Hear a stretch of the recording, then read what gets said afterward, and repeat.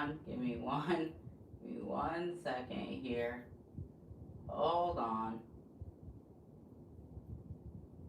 Okay. Amazing. Okay. Continue to feed into it. Let's see. Okay. I think we're good. Yes. Okay. Amazing. All right. Hold on. There we go. Okay. Good morning. Good morning. Good morning. Good morning. For those of you who do not know, my name is Veronica. Um, I have promised to go live every day in the month of July, and so here we are. And so for the past several days, I have been coming on here to teach project management. This was actually from yesterday, so I'm gonna erase it. Batman, you're back? What's up? What is up? For those of you who are like, where is she seeing these comments? I'm on two different platforms right now. I'm on YT and on TikTok, so just FYI. The only thing is, if you are joining from YouTube, I can't see the comments because YouTube doesn't have the thing where I can face the camera towards me and mirror it, but TikTok does. So I can actually see like what you guys are seeing and see the comments and all those types of things. But on YouTube, I can't. So I'm so sorry, guys. But you can get, some project management education this morning if you would like. So that's what we're here for. Batman says yes. That is so funny. You're committed. Are you already a project manager or are you trying to get into project management? Good morning, Lauda. Good morning. We got Lauda on the mod, you guys, for they said let's get it. Hey, on the moderator for YouTube and on TikTok. So it'll be good. I think it'll be a good lesson today. We covered a lot yesterday. We went live for like 5 hours yesterday. It was crazy. Really 5.5 if I'm being like super specific. And we covered a lot of stuff. I think we started off foundationally in the morning, but by the time we got to the afternoon session, we were over here talking about what is it called? The critical path. And then finally you guys got me to do freaking agile, even though you knew I didn't want to. I covered it. Oh, you're a business analyst trying to know more about project management. Okay. Well, the good news there is that as a BA, you've got some exposure to projects, so you're not completely green coming in. Good morning. Good morning, Brooklyn. It's a little bit harder, I think, for people who have no project exposure to try to come into project management. I know it can be a little bit tough for them. So it's good that you have a little background. I think that's wonderful. Okay, you guys. So today, we're going to learn project management. I said I was going to go live every single day, and so that's literally what I am doing. I'll take some requests, but my only ask is that your requests are not, I'm green. I got you, boo. Can we please go over portfolios again in critical path? Next level, I was just about to say, don't ask me to teach anything that's too deep or too involved. We probably will go over the critical path at some point today, but I'm going to wait until there's more people on the live because there's 30 people here right now, and by the time we get up to 350 or 400, somebody else is going to ask for it, and I'm not going to want to reteach it. So we're going to shelve that one for a little bit later so I can teach it once and be good to go. But we can go over portfolios if you want to. I mean, yeah, that's an easy start, I think. That's an easy start. The biggest PM challenge is communication and managing by influencing. I am not going to say that is not the case. I 100% agree with that. Yeah, that is the biggest PM challenge. And I think we also just have a bad rep, right? People have had a negative experience with the project manager, and so automatically when you come in, they're like, I hate you. It's like people come on this live and they're like, project managers are terrible. They suck. They don't do anything, blah, blah, blah. I'm like, how traumatized are you? What happened? So yeah, I would agree with that. Okay, sounds good. Thank you. No problem. Is Google platform a good thing to use to learn project management as well? So Google has a project management certificate.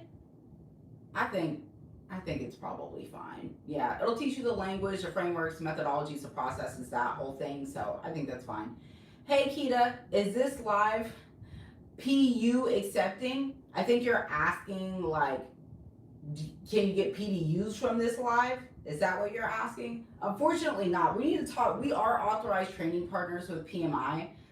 So we are authorized to actually give this training. I'm not just some Joe Schmo on the street. We are premier level ATPs. But y'all, I gotta ask our account manager, can we give PDUs from the lives on TikTok? And if she tells me yes, then I'll let you guys know. But we would have to have like some type of, there'd have to be a system, and like, I don't know, y'all, these are just handles. You know what I'm saying? Like, it would be a little bit hard to track. I don't know what she would say. She'd probably be like, girl, absolutely not. But, I mean, maybe, I don't know, okay? All right, so do you think I can move from a business analyst role into PM easily? I think you can do it. How easy it will be, that's gonna depend on you. That's gonna depend on you, 100%. Nothing in life worth having is obtained easily. I'll say that, okay? So, the very first request that we had here was to talk about project management portfolio. So I think that that's a good way to start before we get super deep into, hey, is this live or pre-recorded? Thank you, appreciate that. It's live. Okay, so let's talk about, do people pre-record their lives? I feel like that defeats the point of a live. That's so weird to me. PM portfolios. Okay, so this is the thing. We are in a really interesting time where anybody can go and plug some BS into AI and AI will generate their resume for them. Okay, in some senses of the word, that's kind of nice. Because it takes a lot of the guesswork out, right? You're like, I don't know what words I should say, and I don't know what I should include, and I don't know what looks good and what doesn't look good. But on the other hand, it makes a lot of our resumes look the same, So that can be a little bit of a pain. So we're kind of making a shift from just resumes into having portfolios as well. And the whole purpose of a portfolio is to serve as proof of work. Okay, that's the whole purpose of having a portfolio, is so that you can give somebody visual proof of the work that you have done. Now, that's not to say you can't just make something up here. You can, but when you get into the interview and they're asking you about your portfolio, you're not going to have much to say because you fibbed, right? It was built on a lie. So try to stay honest here, all right? And this is the thing. Inside your portfolio, we are going to have at least one anchor project. Okay? When I say an anchor project, what I mean by that is that you should have one of your largest initiatives, the initiative that delivered the most value or impact to your organization, maybe the one that you are most proud of, whatever it may be. Okay? You need to have at least one anchor project. All right? Now, within this anchor project, there's some things that we need to know to understand the value. Okay?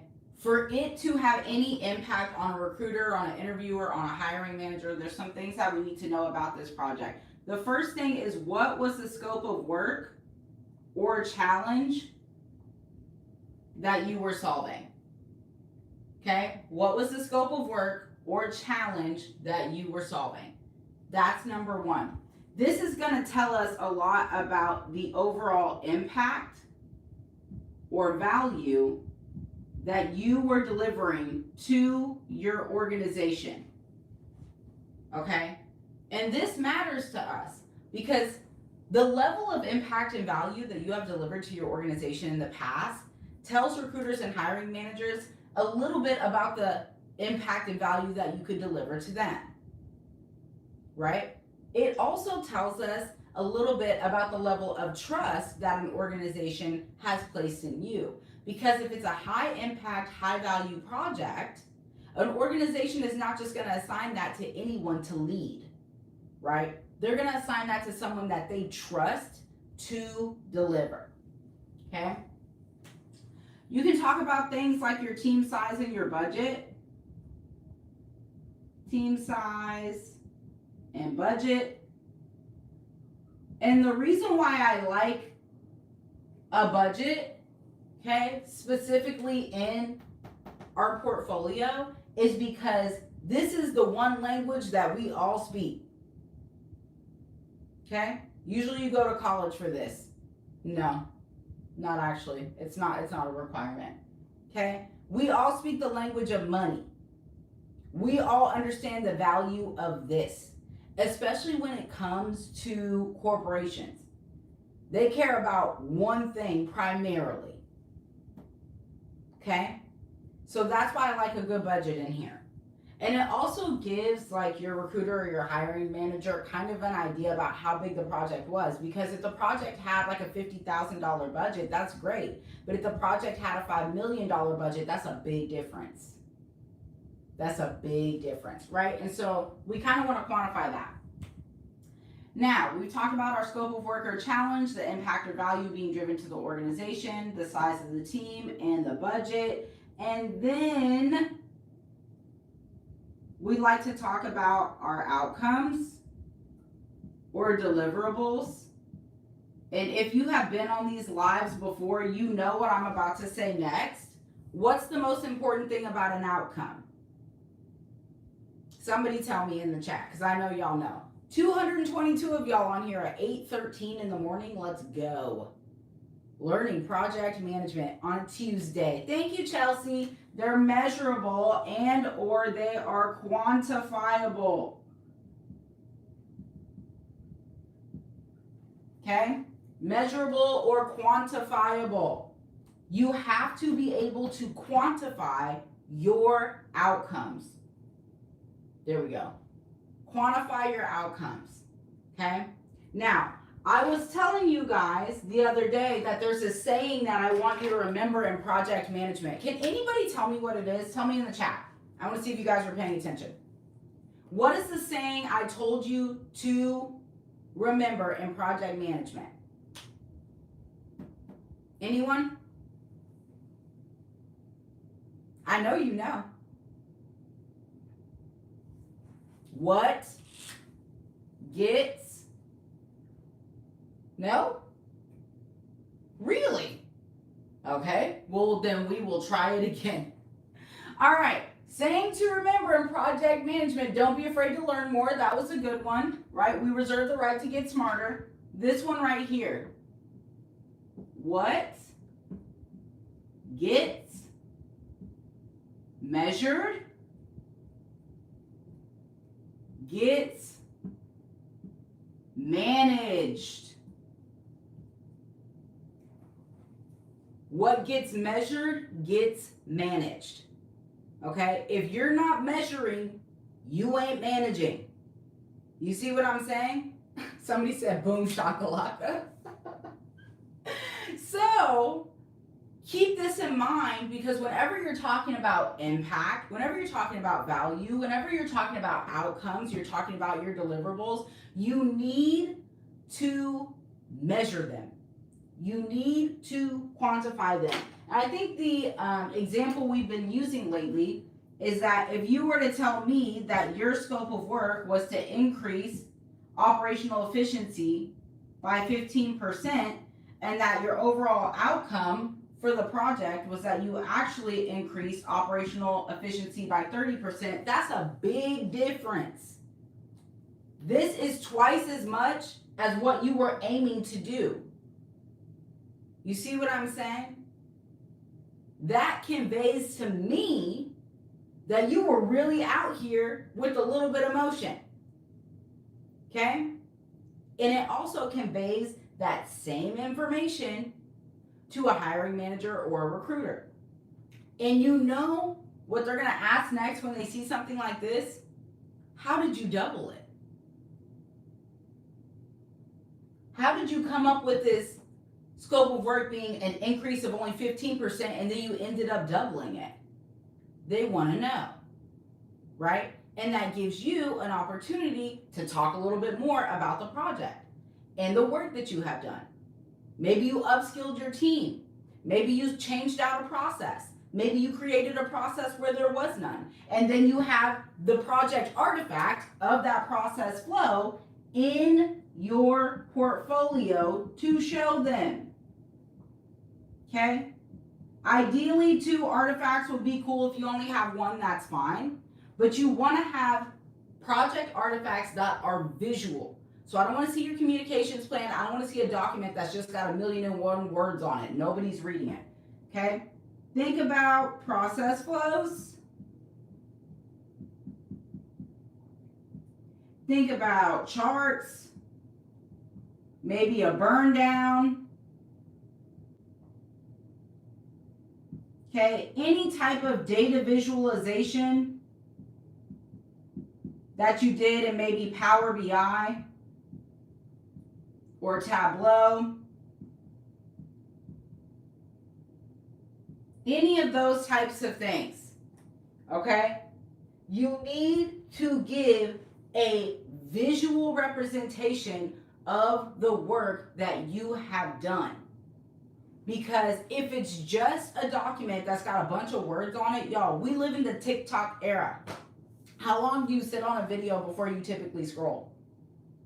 Our recruiters and hiring managers are tired. They're tired out here, okay? So you have to have something that's visually pleasing, aesthetically pleasing. Just because it's a chart doesn't give you an excuse to make it look like crap. Okay? Aesthetics do matter, especially in the corporate world. Okay? That also conveys the message. Are you picking up what I'm putting down here? Now, yesterday we had a question about NDAs. Because a lot of project managers are under NDAs, right? Some of us are working in really highly regulated industries. And so there's certain things that we can and cannot say and certain things that we can and cannot do. Okay? This is the deal. For almost every project role that I've held, not every single one, but almost every single one that I've held, I've been under an NDA with that organization. Okay? So for the information that's in my portfolios, there's certain things that I'm not going to do. If you are under an NDA, you do not put your portfolio on LinkedIn. Okay?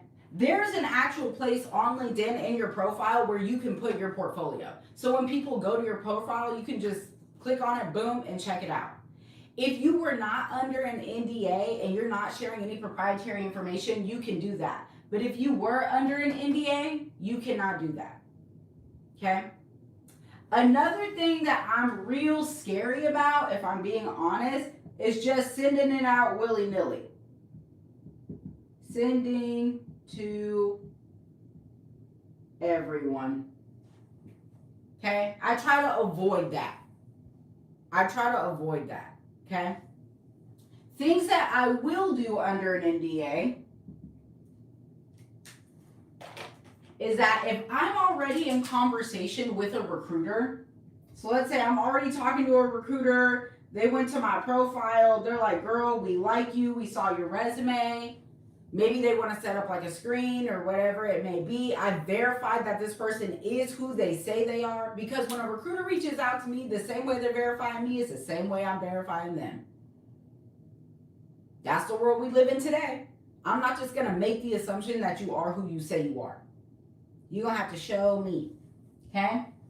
So if we're already in conversation and I verified that you're legit, you work for a legit organization or whatever, okay, I will send it to a recruiter. Like, I have no problem doing that, right? The other time that I'll bust this sucker out is in an interview.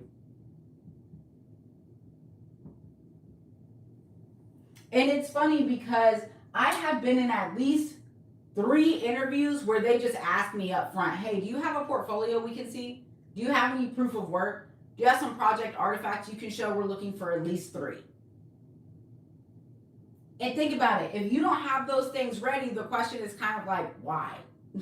Why can you not very quickly pull project artifacts? Even if they're like, oh, send it to us by the end of the day. If you can't pull something by the end of the day, it's like, what is really happening here, right?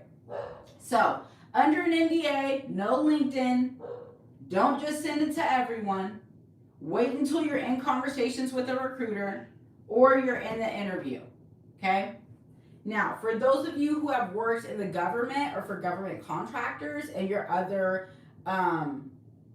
is it fine on the interview? Yeah, it's fine. It's fine.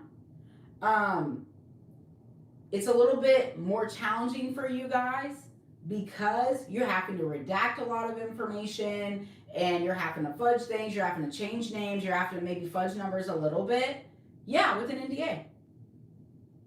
Yeah. But hold on, listen to what I'm about to say here. If you have some type of top secret clearance or you've been working on a government project that's super secretive, I would be very careful. Okay, I'm changing names, I'm changing numbers, and then when I talk them through my portfolio, I'm telling them because I was under a top secret clearance, names and numbers have been changed here to protect, the proprietary information of my organization. But this is to give you an example of the project that I ran. Okay, just tell them. They know that a lot of project managers are under NDAs. It's not a secret. It's not a secret. And the reason why we end up under these NDAs is because as a project manager, you're getting a little peek behind the curtain of how the entire organization works together to make money. That's why they call it working cross-functionally. You have the 30,000 foot view of how all these different functions work together so that the organization can get paid. Okay? So, just letting you know. All right? Screenshot that if you want to.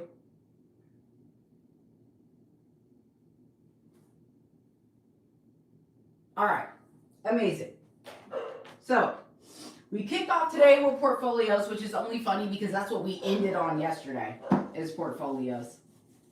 I'm sorry if you can hear my dog barking in the background. He's both a guard dog and an emotional support dog. For those of you who are members of my school community, you know that is Sam, my baby, Samuel. And he actually used to pop up in my boot camp classes all the time. I would put him in the slides, and when we would do breakout rooms, like there'd be a picture of Sam on the slide, and they'd be like, ooh, we got a breakout room coming up. It was so fun. I love that. All right. Let's see. We covered a lot yesterday. We talked a lot about task, activities, and processes. We talked about the difference between effort, duration, and elapsed time. We discussed what is a project, how to prove experience, how to get project management experience. And then we also talked a lot about phases. We did agile towards the end, even though I tried to avoid it. It just kept coming back. So we did that. And then we also did critical path. So I'm going to do critical path again, but probably a little bit later in the live. Not quite yet, but we'll get there because it seemed like that was really helpful for you guys. We got a lot of positive feedback on the critical path breakdown. So I love that. I think that that's great. Before we get on to the next thing, the only thing that I will ask you guys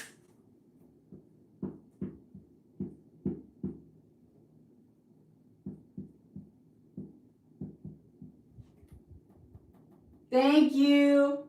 I appreciate that.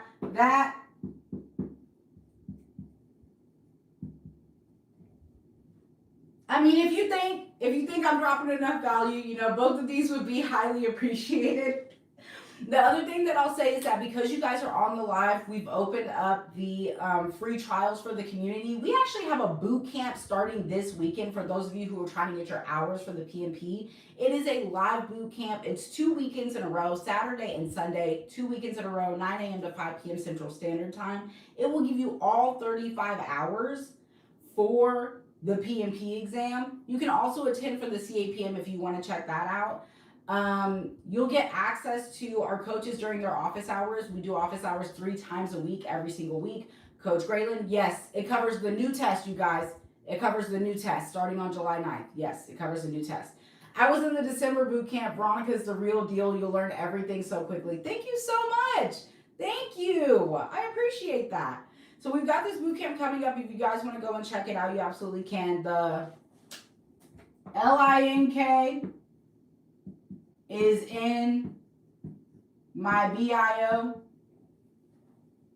You can go and check that out. Or if you're on TikTok, It's in these little orange buttons somewhere down here. This is the thing. If you have to miss a day, if you have to show up late, if you have to leave early, they're recorded. So as long as you go back and review the recordings from that class day, then you can still get your hours. Okay, and you also get access to a practice exam portal. We have a 96% first-time pass rate on the exam, and we have a 100% application acceptance rate for the PMP. Let's see. I'm not trying to be cheap. I'm just curious. So if you join the free trial today, you'll get the first weekend free. Yeah, you'll get the first weekend free. The practice questions are in the PM lab folder in the classroom. Yep. All right. Cool. Appreciate this. What do you guys want to learn next? What are we doing next? Somebody said how to get project management experience. You guys want to do? Wow, you're awesome. Thanks. I appreciate that. Thanks for supporting the live. Do we want to talk about how to get experience? Yeah, we do a monthly. Resumes? That's what you guys want to talk about? We can do a resume one. PM experience, yes.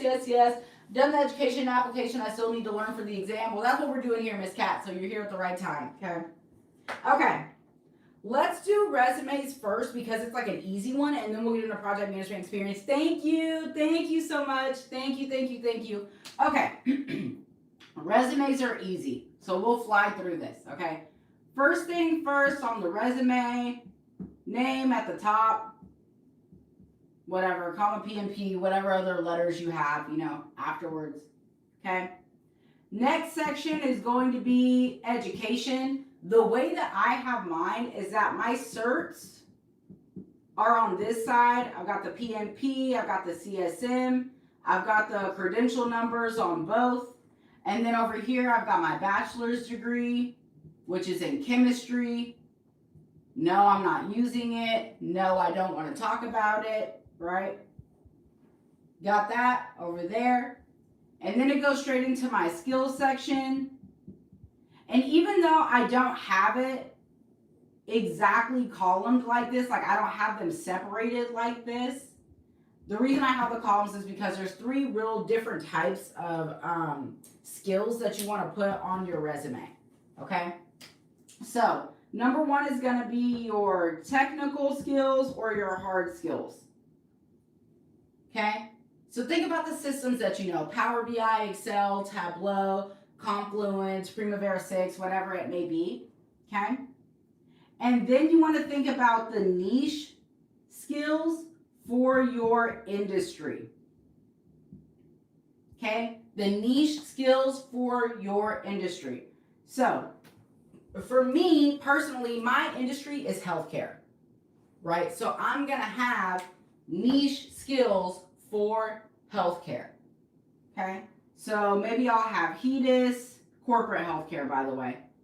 HEDIS, STARS, Medicare, Medicaid, whatever it may be, okay? And then you don't need a lot of these, just sprinkle in a few soft skills. Nothing crazy, you guys. Like, that's what I mean when I say I don't actually have it separated like this, because soft skills doesn't need its own thing. We don't want that many. It's just a sprinkle in. So maybe we'll say something like, we like more niche and technical skills than we do soft skills. Okay?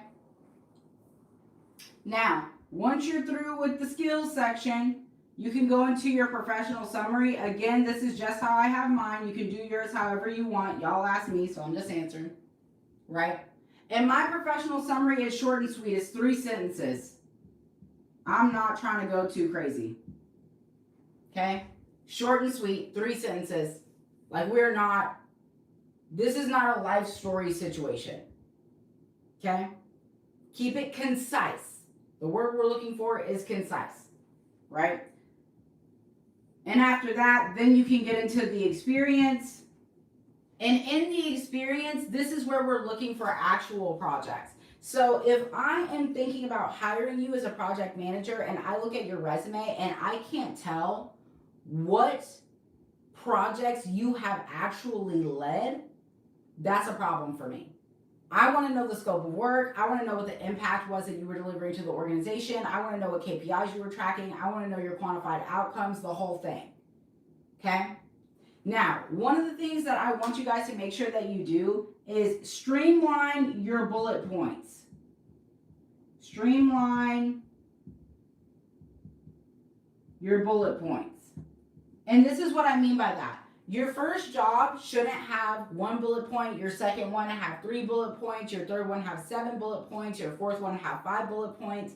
They all need to be the same amount of bullet points.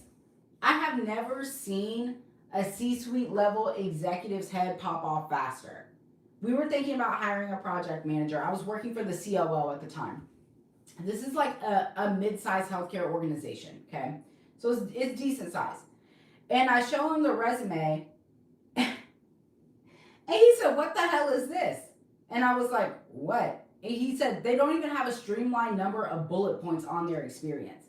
One's got 3, one's got 5, one's got 4, one's got 6, but they're telling me that they're detail-oriented? How? How is that possible? They missed that detail." He was so upset. So please be sure to streamline your bullet points, okay? I can see why somebody with a type A personality, which the majority of project managers and leaders have, why that would upset them. You got to think about the type of people that you're dealing with. Type A personalities and big old egos. Okay? So think about that. All right? You can screenshot that if you want. It's a little janky. It's not that pretty, but I've had a very small cup of coffee to get us started this morning. All right. Amazing. So we've talked about resumes, and now we're going to talk a little bit about how to get project management experience. I think was what the request was. Project management experience is where we are. Okay, amazing. Now, after this, I think we're going to actually get into like some real project content. Okay, so we're kind of covering things that are associated with like positioning yourself in the market. But after that, I think we should actually jump into like some actual project management learning, because technically, if you can see this title here, not on YouTube, but over here on TikTok, it says Learn Project Management. So I want to make sure that I'm actually teaching you guys some project management. Okay. All right, let's talk about how to get PM experience. I almost said, hold on. PM experience. Okay. Project management is a role that spans all industries. Okay. You're going to have project managers in marketing. You're going to have project managers in production. You're going to have them in different creative settings, in technology, in construction, in real estate, energy, healthcare, education, on and on and on. Okay.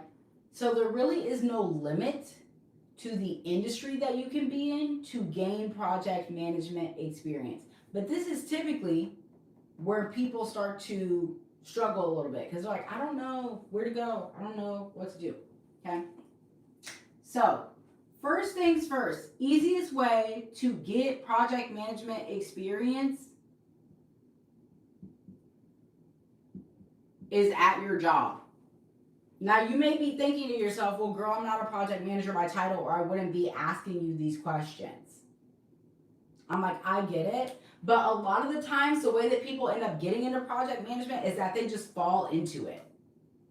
They literally just fall into it, right? Because their job is looking for somebody to come in and lead a project that's already there, that understands the organization, that speaks the organization's language, and that they don't have to pay more money to. And that lucky person could be you. You see what I'm saying? So you can volunteer to take on a project at your job, and it's a safe space for you to practice. Okay? You see that? I'm being pushed, not falling yet. And that's how it starts. They'll hit you with a little nudge and like, oh man, you know what? You would make a great project manager. Be careful. They're gassing you up. That's how it always starts. And then they'll give you a little initiative to run to see how you do. Now, the good thing about this is that you do speak the language of your industry. You do know how it works at your organization. It's a safe space to practice, and you can count this experience towards your qualifications for the PMP. The only part that we don't really like is this. That means you ain't getting paid for it. You're doing your regular job and this other job, and the money hasn't come yet. And that frustrates people, right? Because we're like, in this economy, you got to pay me. But this is a stepping stone. You see what I'm saying? It's a stepping stone. It's a sacrifice. It's one of those things. If you can get the experience at your job, get it there.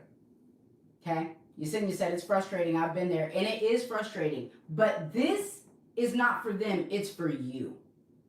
Remember, the reason you're on this live right now, I'm assuming, is because you either want to level up in project management or you want to get into project management. So keep in mind that doing things like this is for you. It don't got nothing to do with them. Okay? My aunt said something really interesting to me the other day. And mind you, this is the same aunt that told me to get into project management. She's probably the most successful person in our family. She's a software engineer. She said, you know what I think is really interesting about like the younger generations? I was flattered because your girl's feeling hella old right now. I said, what? What is it that you find very interesting? She said, it seems like you guys think it's like a bad thing to have a regular job. And I was like, I do see kind of like a bigger push towards consulting and freelancing, contracting, that type of thing. But what do you mean by that? And she said, well, what I mean is the way that my generation, she's Gen X, views having a job is that they are just your sponsor. They're just there to sponsor your lifestyle in exchange for the work that you do. They give you money and you get to go out and do whatever you want. Invest in real estate, go on vacation. Maybe it's just provide for your family because they're really not paying you enough money. She's like, but you just view them as your sponsor. It's just a stepping stone to whatever you want to do. And I thought that was so interesting. I was like, I definitely never thought about it like that. But I appreciate it. You know, we've had different experiences, Gen X versus millennials versus Gen Z, blah, blah, blah. But I just thought that it was interesting. So I say all that to say, if you're doing work that doesn't pay you, keep in mind that this is for you. It ain't for them. Are they getting something out of it? Of course, but so are you. Okay? So on the job is number 1. Number 2, we're going to take on actual volunteer positions. Okay? And there's different places that we can take on these volunteer roles that are still considered professional environments. So it will give us the experience, and that experience will count towards our PMP qualifications if we seek certification in the future. Okay? Can somebody tell me what one of these places is? Anyone?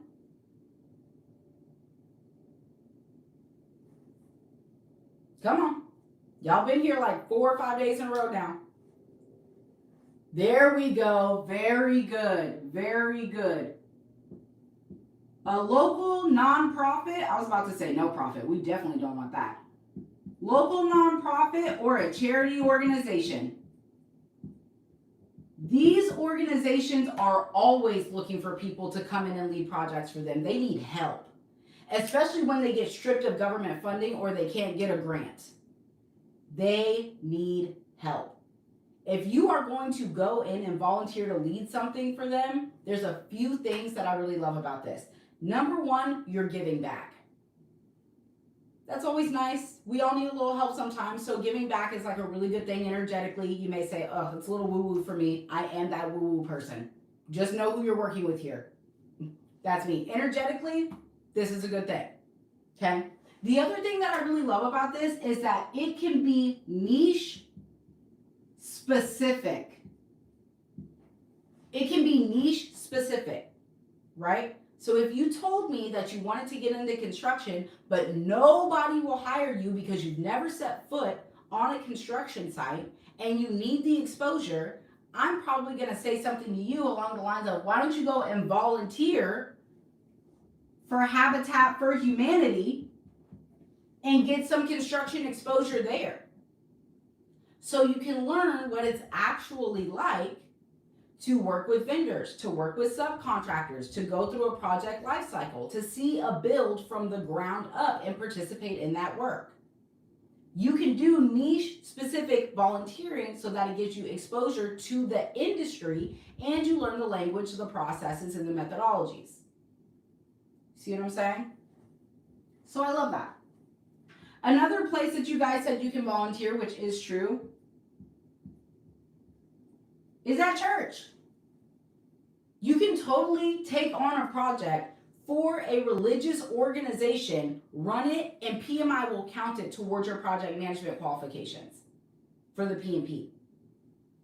Churches are considered professional environments, the same way a 501(c)(3) is. Okay? If they got some tax rules and tax affiliation, you should be good to go. Right? You can use this. We had somebody that came to us and they had like implemented an audio visual system at their church with a team. They were like, can I use that? And I was like, yeah, you absolutely can. And guess what? Application approved. Okay? So something to consider. Nonprofits, churches, all those good types of things.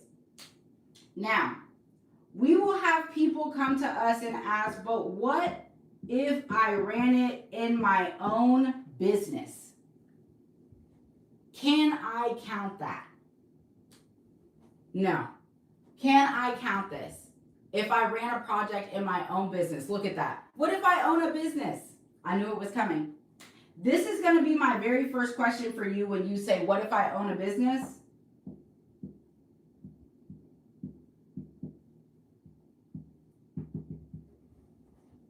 Do you really own a business? Or do you collect cash under the table and tell people it's a business? That's the real question. Is it an actual business? Do you have a verified business structure that is set up with your comptroller in your state? Yes or no? Because if the answer is no, then the answer is no.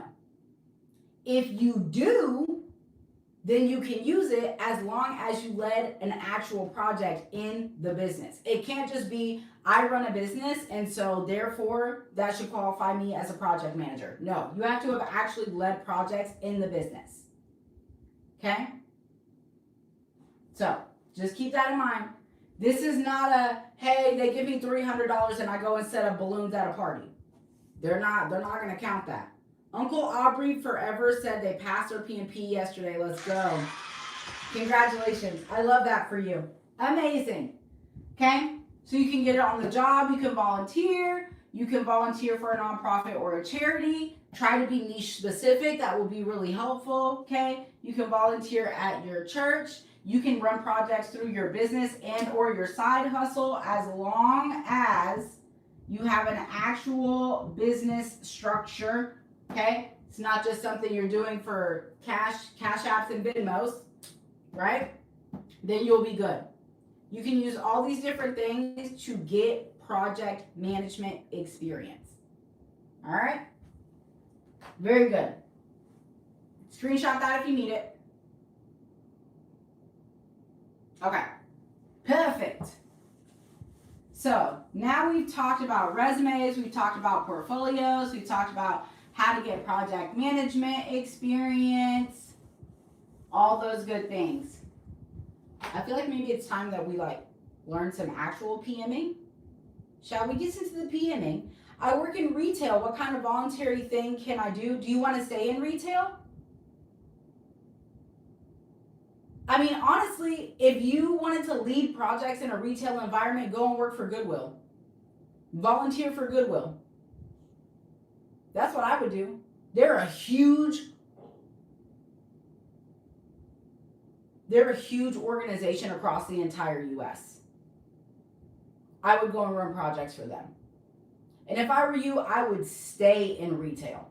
I wouldn't leave. Because this is the thing. Think about URBN, right? They own Free People, they own Anthropology, they own Urban Outfitters, they own Free People Movement. I would be thinking about doing project management at the corporate retail level. You see what I'm saying? Because you have the retail experience.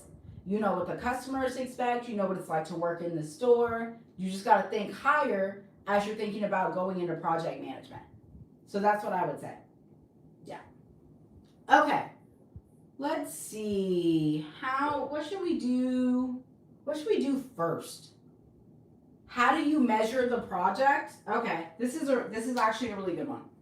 How do you measure your project? And when we say measure a project, what we're really trying to say is how do we measure our project's performance, right? How do we measure our project's performance? And there's a few different ways that you can do this. When you start a project, you're typically going to have a what in regards to measuring. You're typically going to have a what. It starts with a B. Hey, I don't know if you remember me, but I have a project management interview today. Wish me luck. Good luck, Shay. Good luck. We're rooting for you. Come back and let us know how it goes. You typically have a what? Oh, Naya, look at you. We typically start with a baseline. Or more realistically, we start with a set of baselines, right? We will have a baseline expectation around our schedule. We'll have a baseline expectation around our budget. And we will have a baseline expectation around our quality. Okay? Those are like some basic ones that you'll see in every single project. Right? So we're starting off here with some baseline assumptions, expectations, informed estimates around our schedule, how long it's going to take us, our budget, how much money it's going to cost us, and our expectation around quality and what we would consider like passing quality. Okay? For you to measure as you go along, you are going to be using key performance indicators, also known as KPIs, to see how your project is moving along, right? Exactly. How is it going?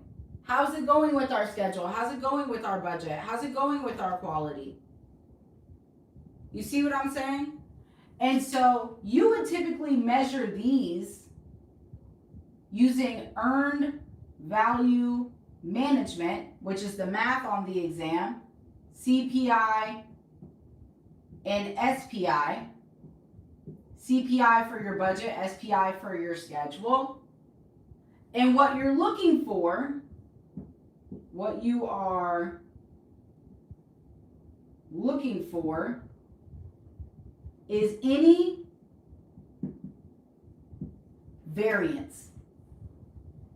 You see what I'm saying? What you're looking for is any variance. A variance is the difference between your baseline and your actual. Because we may say that by the time we get to this part of our project, our baseline expectation was that we were only going to have spent $10,000. But when we get to executing the actual project and we get to this point, it turns out right now we're at 100K spent. Is that good or bad?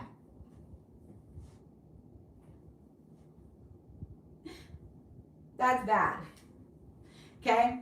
So there's different ways that you can measure. You can use earned value management, use your key performance indicators. You're looking out for variances, which they said that's terrible. That is terrible. Somebody's going to have to answer for this. Somebody's going to have to answer for this. But those are the types of things that you're looking out for, right? But it all starts with this. And so another thing that my mentor used to tell me, so I'm going to tell you guys, is that for us to be successful, we have to know what success looks like. He used to say that all the time. He'd be like, how do we know if we are successful or not if we don't know what success looks like? Success has to be defined. That's the only way that we would ever know if we got there or if we were even headed in the right direction, is if we have a very clear definition of what success looks like. Do you understand what I'm saying? And that's what this is all about. We got to have some baselines. We have to have some expectations. We got to have some estimates. we got to have some KPIs that are defined. So we know if we're tracking towards the goal.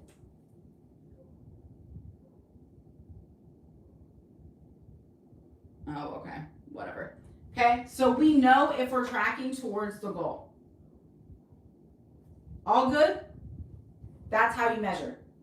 You can screenshot that if you want. Yep. Yeah. So somebody said KPIs can include milestones. So we actually talked about milestones yesterday, but yes. You remember yesterday when we were talking about the milestones and I put them on a timeline and I was like, hey, did we hit this milestone? Did we hit this milestone? And we were kind of communicating that milestones are a specific achievement, a point in time. They don't have a start date and an end date. You know what I'm saying? So yeah, that's absolutely part of it because we are tracking towards a milestone. So if we know that we're supposed to hit it in a week and we're looking at it and it looks more like it's going to be 3 weeks out, we know we're a little bit off. You see what I'm saying? Yep. The most important thing is that what gets measured gets what? Tell me in the chat because I know you know. What gets measured gets what? Come on. Managed. Thank you. Very good. What gets measured gets managed. So the measuring part is important. Okay? Very good, you guys. All right. Let's see. Before we get into the next thing, I'm going to give you my spiel again. If you don't mind, just tap, tap, tap on the screen. It makes a big difference for us. Thank you so much. If you're not following me, make sure you give your girl a follow. I drop free game on here all the time, and I'm going live every single day in July to teach you guys project management.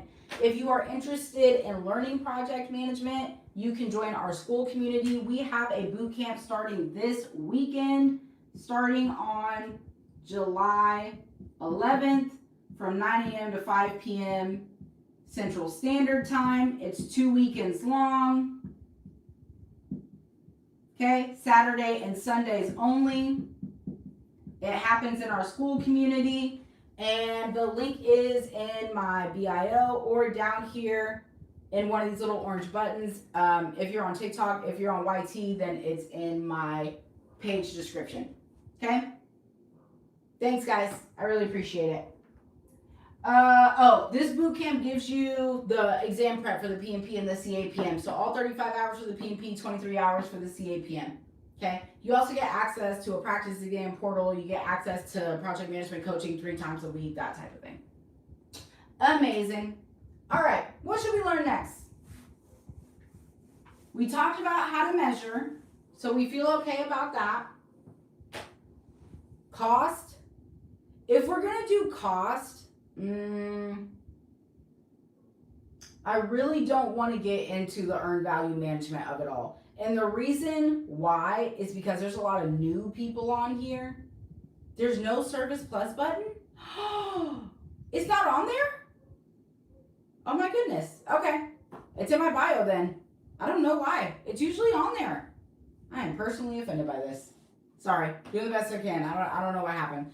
Let's see. I was a program manager. How different is it from project management? We can go down that road really quickly. Okay. So, program versus project versus portfolio. Are you guys clear on this? Or are you like, girl, we don't know? Because I know some of you are repeat. How are we? On program, portfolio? No. Emma says no. Erica says no. I don't know. That's a good question. I don't know. Yes. Okay, all right, so we'll cover it real quick. So, at the top of your organization sits these people. Your C-suite level executives. So that's going to be your CEO, your CIO, your CTO, your CFO, your COO, all of those folks, right? Your chief executive, blah, blah, blah, blah. Okay? What do these people do? From a project management perspective, what is their goal? What's their main thing, their main shindig? Do we know? Tell me in the chat if you know. Anyone who went through the boot camp, is there a test at the end to get your hours? There's no test at the end, but you do have, that's how you get your hours. Actually, now that we're ATP, before we weren't, so we weren't required to do it, you have a short knowledge check at the end to confirm your hours, yes. It's part of your student kit though, okay? So just FYI. They set the organization's 3 to 5 year goals. 3 to 5 year goals. Oh my gosh. Not me spelling goals wrong. It's a little early. 3 to 5 year goals for the organization. Okay? Now, after those 3 to 5 year goals get set, they go into a place that we call the what? Where do these 3 to 5 year goals get housed? Come on. You can do this. The portfolio. Very good. The 3 to 5 year goals get housed in the organization's portfolio. Okay? They get housed in the organization's portfolio. That portfolio gets broken up even further into what? Somebody tell me in the chat. This portfolio gets broken down even further into what? Very good. Programs. Exactly. 3 to 5 year goals, housed in the portfolio broken down even further into programs, okay? And then those programs get broken down even further into what? Very good, into projects. Exactly. So down here, right? These are all the projects. They are direct descendants of the portfolio. Okay? You cannot separate the value that you are delivering here from here. The whole reason that we run projects is to help the organization go in the direction that it wishes to go and achieve its 3 to 5 year goals. That's the whole purpose. That's the whole point. You know what I'm saying? So you want to think through that when you are asking yourself, what was the actual business value that we were driving towards the organization? Okay? What was the actual impact? What were we delivering? Okay? It's always going to be connected to the organization's 3 to 5 year goals. And the reason why this is really important is because if you want buy-in from your team, they're going to want to know the why. You know what I'm saying? They're going to want to know the why. The why are we doing this? The why makes a difference for all of us. You'll hear people, oh, when you're setting goals for yourself, you need to think about your why. Remember your why. Think about why are you doing this? Projects are made up of and run by people. People care about the why. So you want to make sure that they understand this part so that you can get what we call their buy-in. Right? We want them to care so that they show up every day and they put their best foot forward. This is even more important for project managers because you are individual contributors. 9.9 times out of 10 as a project manager, you are what we call an IC. That's an individual contributor. That means you're not a functional manager. You are leading a team of people that do not technically report to you. It's tough. Because when they don't technically report to you, right, maybe they're coming back from lunch late or they're not showing up or they're ditching the meetings, what are you going to do, boo? Send them to HR? They don't report to you. That's why you hear people say the emotional intelligence, the ability to motivate, the ability to influence, right? That is why you hear people say those are the most important project management skills. Because when you get into a situation where you're trying to lead a team that doesn't report to you and they don't trust you and they don't listen to you, what are you going to do? Right? So this is how projects are connected to the overall goals. And this is how portfolio, program, and projects are all interconnected. Okay? Like the sun, the moon, and the stars, we are all connected. Okay? What's the IC? Individual contributor. That's what you are as a project manager. You're not a functional manager. You're not a functional manager. Okay? Just FYI. Does that make sense? Do we feel clear on this now? We feel good? Yes, no, maybe so? Yes? Okay. Amazing. I love that. All right. You can screenshot that if you need it. It's not very pretty, but gets the job done. Okay. Perfect.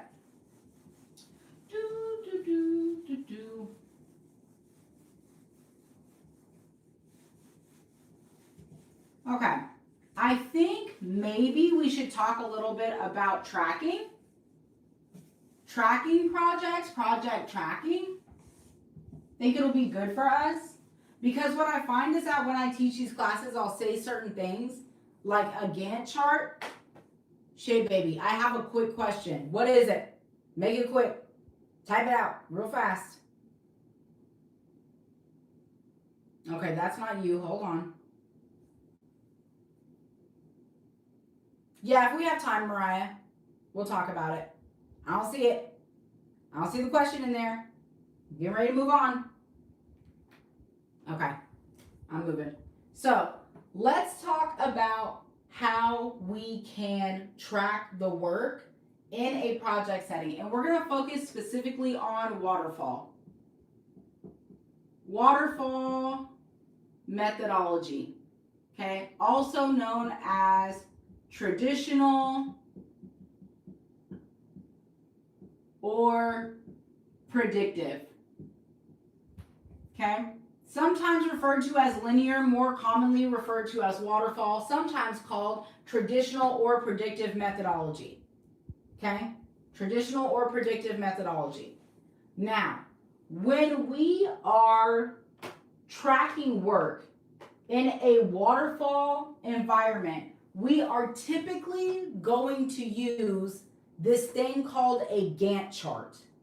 Have you guys ever seen a Gantt chart before? Do you know what I'm talking about? No? Okay. Cool. Perfect. So, a Gantt chart is basically a bar chart. Okay?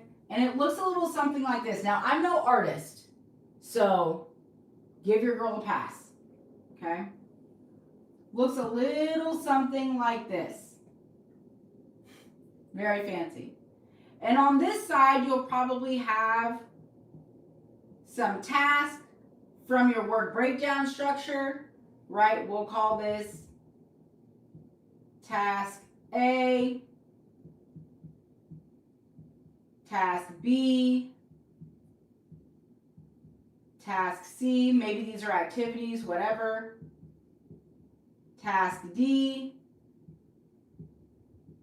task E, task F, okay?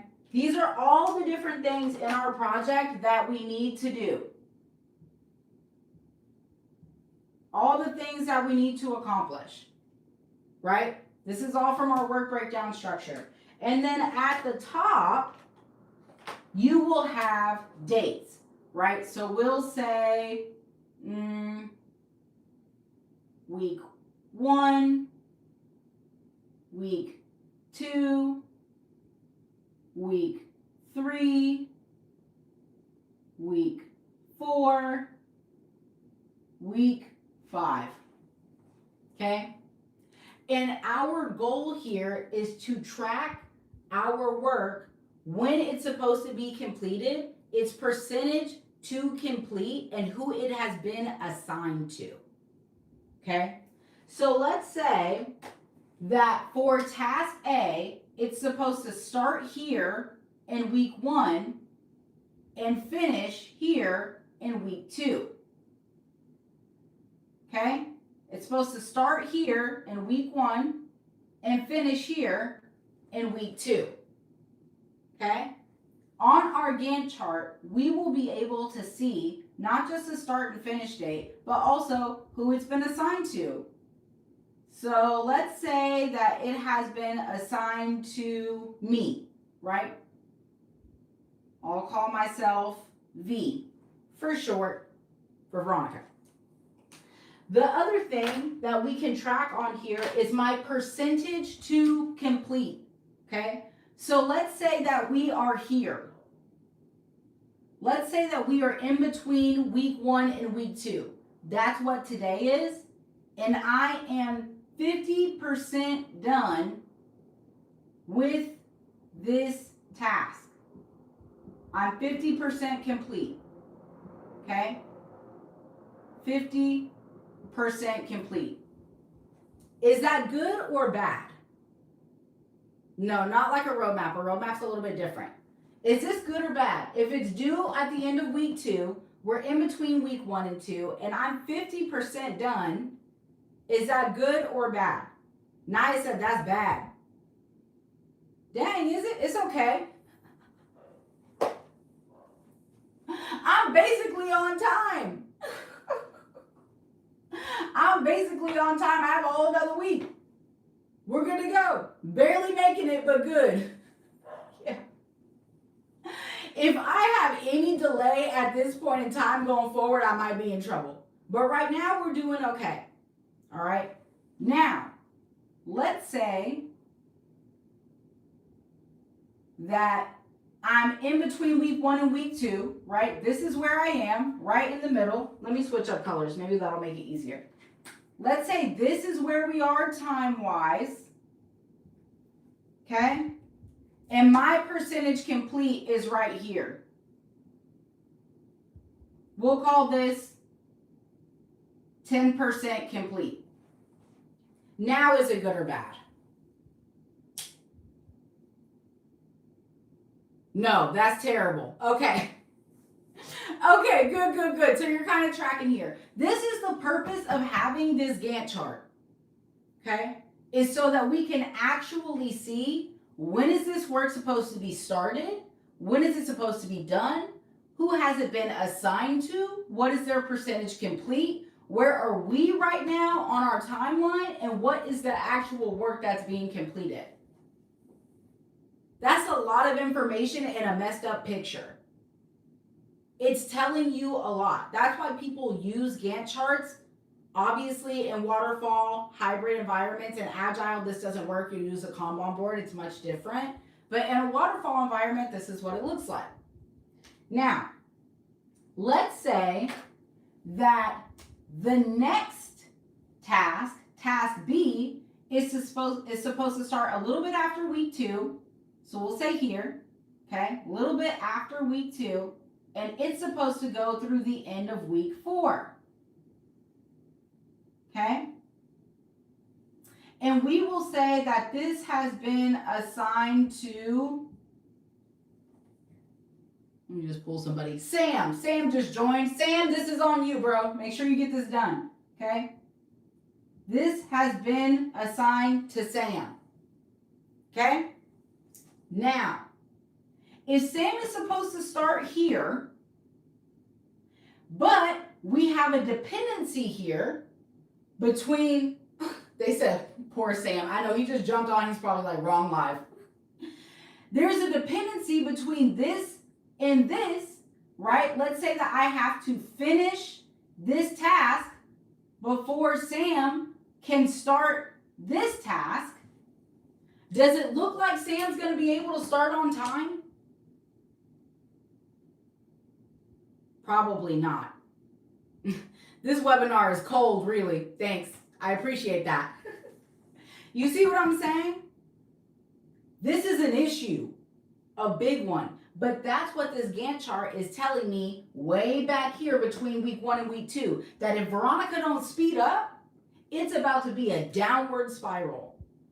We're going to have a domino effect of not being on time. You see what I'm saying? Because my personal holdup is holding up Sam, who probably has dependencies for other tasks, and those people won't be able to start until Sam finishes. Right? So what this allows us to do, because we have this level of visibility, is to send resources here. As the project manager, I can look at this and be like, hold up now, Veronica, I just looked at the Gantt chart and it says you're 10% complete and you should be 50% complete by now. What's going on? And I can come back and tell myself, because I'm playing both roles here, hey, well, what's going on is that I can finish the rest of this really quickly, but I need information from Joe. Right, let's just call him Joe. Let's say that me being able to complete my task is dependent on info from Joe. And I've been reaching out to Joe and he's not responding. I've sent emails. I've sent pings on Microsoft Teams. Nothing. I'm like, I don't know what the hell's going on, but I keep reaching out to Joe and Joe's like, just avoiding, right? And so me as the project manager, this is the real kicker. Do I say, okay, well, keep reaching out to Joe. Let me know if you hear something. Is that the move? Is that what I do as a PM? Or do I go and say, you know what, as a servant leader, it is my job to go and figure out what is going on with Joe. Kick Joe's butt for answers. Woo! They said, I called Joe. That's my job. That is why project managers get a bad rep. Because so many PMs forget the fact that our role is to serve the team. Can you believe that? That's actually part of the job, is to serve the team. Okay? So, as a project manager, I'm going to go out to Joe and I'm going to make sure, hey, what's going on, blah, blah, blah. If I can't find Joe, guess who I'm going to? I'm going to Joe's functional manager. And I'm going to ask them, hey, we've been looking for Joe for over a week now and we can't find him. What's going on? And they'll come back and tell me something like, Joe's on paternity leave. He just had a baby. He's not going to be back for 3 months. And I'm like, dang. Well, then we need another resource that we can get this information from. And they'll be like, yeah, no problem. Go to Susan. And I'll go to Susan. We'll get the info. And all of a sudden, V has all the information that she needs. And she can keep it moving. Now we can get back on track. And now Sam can take care of his business. You know what I'm saying? One of the biggest parts of project management is really good communication, right? Look, Joe knew before he left that we were going to need this information from him. Joe also knew for presumably the past 9 months that he was going to have this baby. Joe also knew that when that baby came, he was going to be like, bye. I ain't worried about y'all, right? And go and move on. And then he may or may not come back. He knew these things, but he didn't tell anyone, right? It doesn't matter. People do this all the time. That's why a huge component of your role as a project manager is communication, because that's what everyone else is terrible at. Okay? Just a little insight. So, when you are tracking your work on a Gantt chart, it looks really simple, and these can get a little bit convoluted, but there's a lot of information here that will tell you what's happening. And keep in mind, our ancestors walked so we could run, so our PM ancestors used to do this on actual whiteboards or do it on chalkboards, right? We do it in systems. We can do it in Smartsheets, Asana, ClickUp, Monday.com, whatever it may be. You can run a whole project in Teams if you wanted to, Microsoft Teams, right? So I could actually go in, maybe V has already put a note in here. So if I click on this, it'll say, having a hard time getting in touch with Joe, pending this information to move forward. You see what I'm saying? And what I love about something like this is the level of visibility it gives us.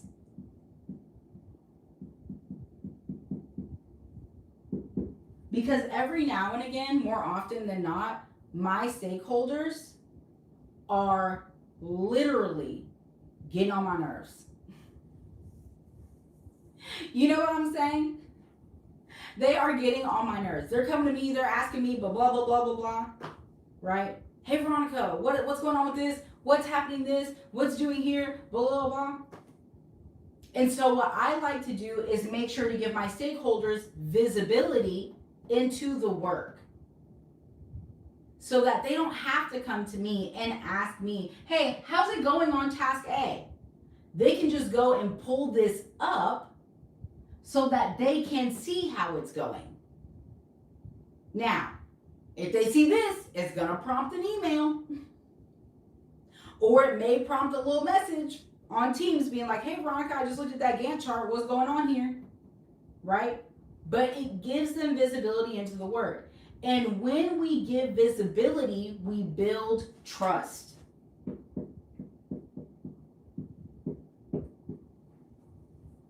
Right? Do I want people to see that we're behind? Obviously not.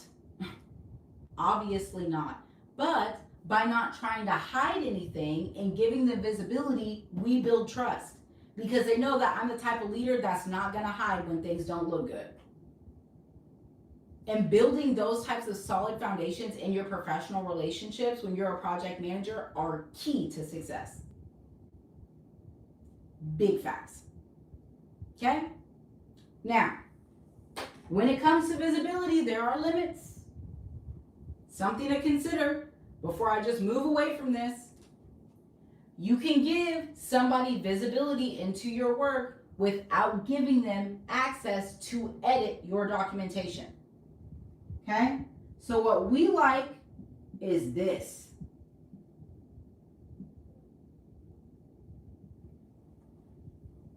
Can y'all see that?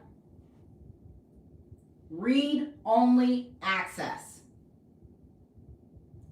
Read-only access. Not edit access.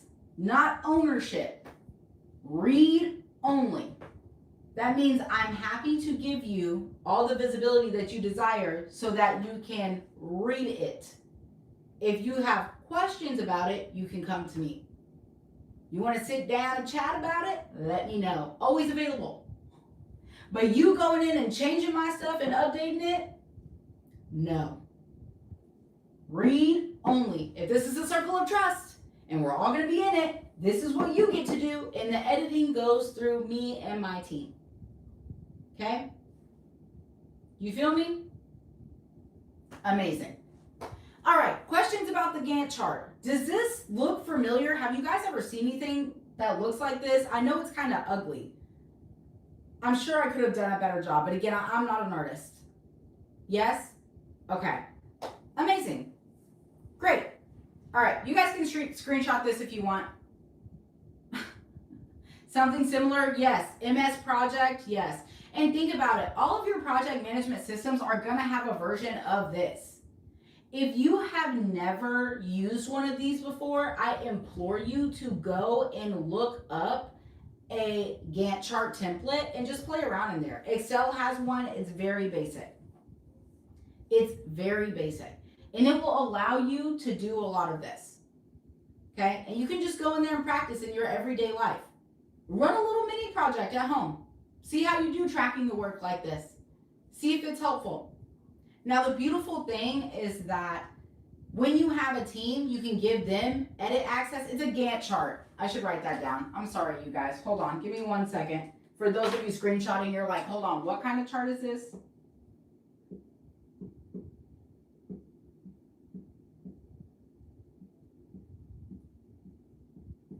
This is a Gantt chart. A Gantt chart. Yeah. And so the cool thing about this is that I'm typically not going to be hounding V for updates as long as this is updated. I don't know. I'm not in charge. It is 2 T's though. I'm nearly positive it's 2 T's. Don't throw me off. Okay? I don't have to go and hound my team for updates as long as they're updating this on their end. I'll be able to see it. I can even set it up to where I get a notification if we fall behind. So as soon as this happened and we hit this date and it wasn't at 50%, I can set it up to where I get a notification immediately. Hey, just FYI, this task assigned to this person was supposed to be at this point by now, and it is not. Shout out automation, right? Our lives get easier and easier. Okay, amazing. All right, make sure you have that because I'm about to get rid of it. I hope that helps. We actually haven't talked about Gantt charts at all during the month of July. And today is the 7th. So we're 7 days into going live. Somebody said I'm locked in every day of July. I love that. I love that. Okay, cool. So that's a little bit about tracking the work. A little something. Okay, I'm just going to go ahead and take that off. Okay, what else do you guys want to learn? Anything? What time do you go live? I went live at 8 a.m. this morning. Yesterday we started at 7:30. My goal is to go live at 8 a.m. every day. My poor moderator, I haven't even told her. She's hearing this for the first time. Lauda, I want to go live at 8 a.m. every day. Y'all, give a quick shout out to Lauda. She's our community manager and she is also the live moderator. She does an absolutely wonderful job, okay? So be nice to Lauda. She's really cool. This poor baby is hearing about this, you know, at the last minute because sometimes I can be like that. So shout out to Lauda. We appreciate you. Central Standard Time, you guys. Central Standard Time. Central Standard Time. Okay. Look. Someone said, we love Lauda. Tell them, Mariah. Tell them. Okay. Someone said burn down charts. We can do burn down charts, and after that, we can do sprints. I know you guys are waiting on EVM, but EVM is it's a long lesson. I'm kind of like, dang, should we just go ahead and start it? Hold on. Give me 1 second. I got to get my laptop. Give me 1 second.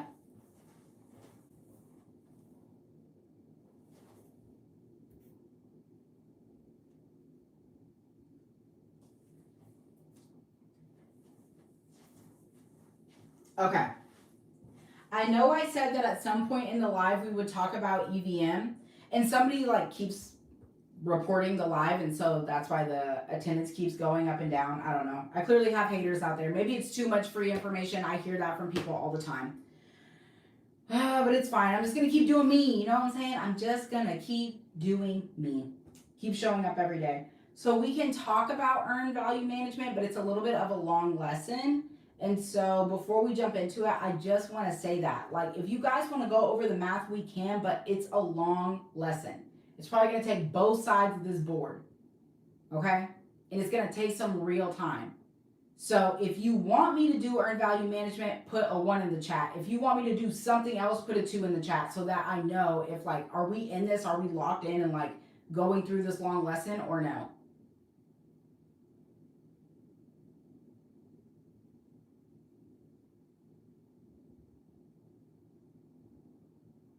I'm seeing a lot of 2s. I'm seeing a lot of 2s. Okay. So this is what I'll do. That sounds like a dedicated window. It's long. It's long, Linz. That's the only reason that I would say that. Okay? Oh, there's some ones there. Oh my God, I don't know what to do. Okay. So this is what I will do. Okay, this is what I will do. I'm going to give you the formulas, okay? But we're not going to do any practice questions, and I'm not going to like break down all this crazy complicated stuff. I'm going to give you the basic formulas that you need to know, and then that's it, okay? Just because I want to be fair to everybody on the live, because if they're beginners, they're going to be like, what the hell is going on here, okay? So let's keep it super simple. All right. I'm going to do my best to keep it short and concise, you guys. Thank you so much for hanging on the live. I appreciate you guys. Okay. We'll see what's up. Okay. So we've got earned value management. Earned value management. EVM.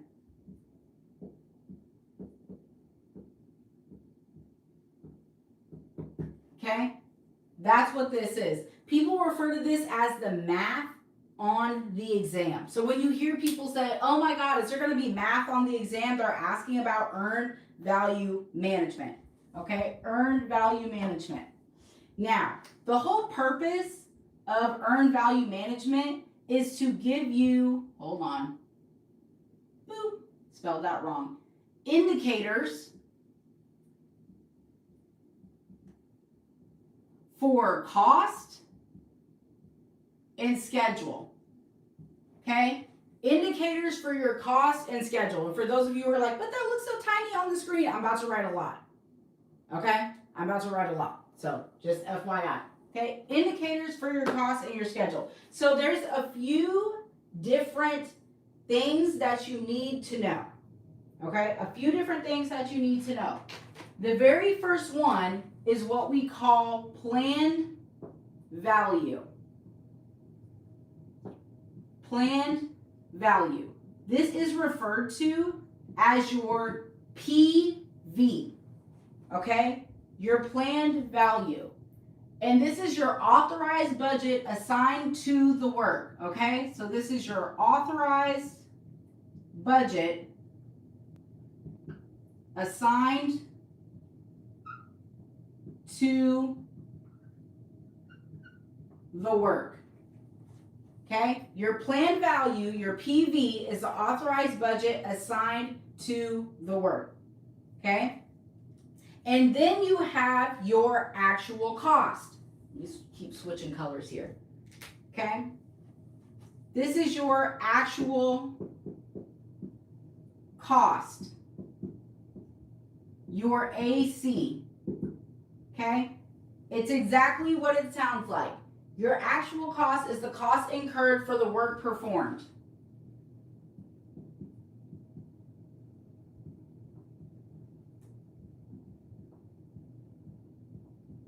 Your cost incurred for the work performed.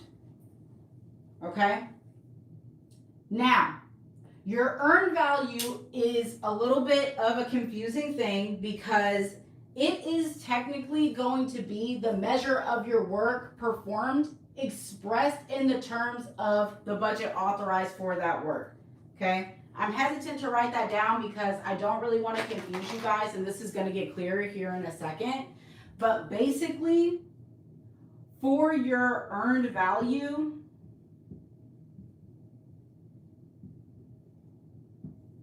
also known as your EV, okay? That's the measure of work performed. The measure of work performed. Okay? The measure of work performed for your EV. All right? The most important thing for you to remember is this. Is that if you want to understand cost, so when we are talking about cost, okay, you are going to compare your earned value to your actual cost. So when you're dealing with costs, you're going to compare your earned value and your actual cost. Okay? When you're trying to understand your schedule performance, you're going to compare your earned value to your planned value. So when you're trying to understand your schedule performance, you will be dealing with your earned value and your planned value. Are you confused yet? Amazing. Okay. This is the most important thing to recall. If you're writing this down, when you're dealing with your cost, you're going to think about earned value and actual cost. Okay? When you're dealing with your schedule, you're going to think about earned value and planned value. That's the most important thing to remember for this. Okay? So far, at least. Now, we are going to pivot into schedule control first. Okay? We're going to do schedule control first. Good Lord. Move on over here. Okay? Let me erase this. All right. So, let's talk about schedule. Okay? For your schedule control, to understand earned value management around your schedule, there are two things that you need to know. They are your schedule variance. I'll write it down, so just relax. They're your schedule variance, which is your measure of schedule performance expressed as the difference between your earned value and your planned value. And your schedule performance index, which is a measure of your schedule efficiency expressed as the ratio between your earned value and your planned value. Okay? So what that means is this. If you're trying to understand your schedule variance, which is abbreviated SV, your schedule variance is going to be equal to your earned value minus your planned value. That's how you calculate it. Okay? Your schedule variance is equal to your earned value minus your planned value.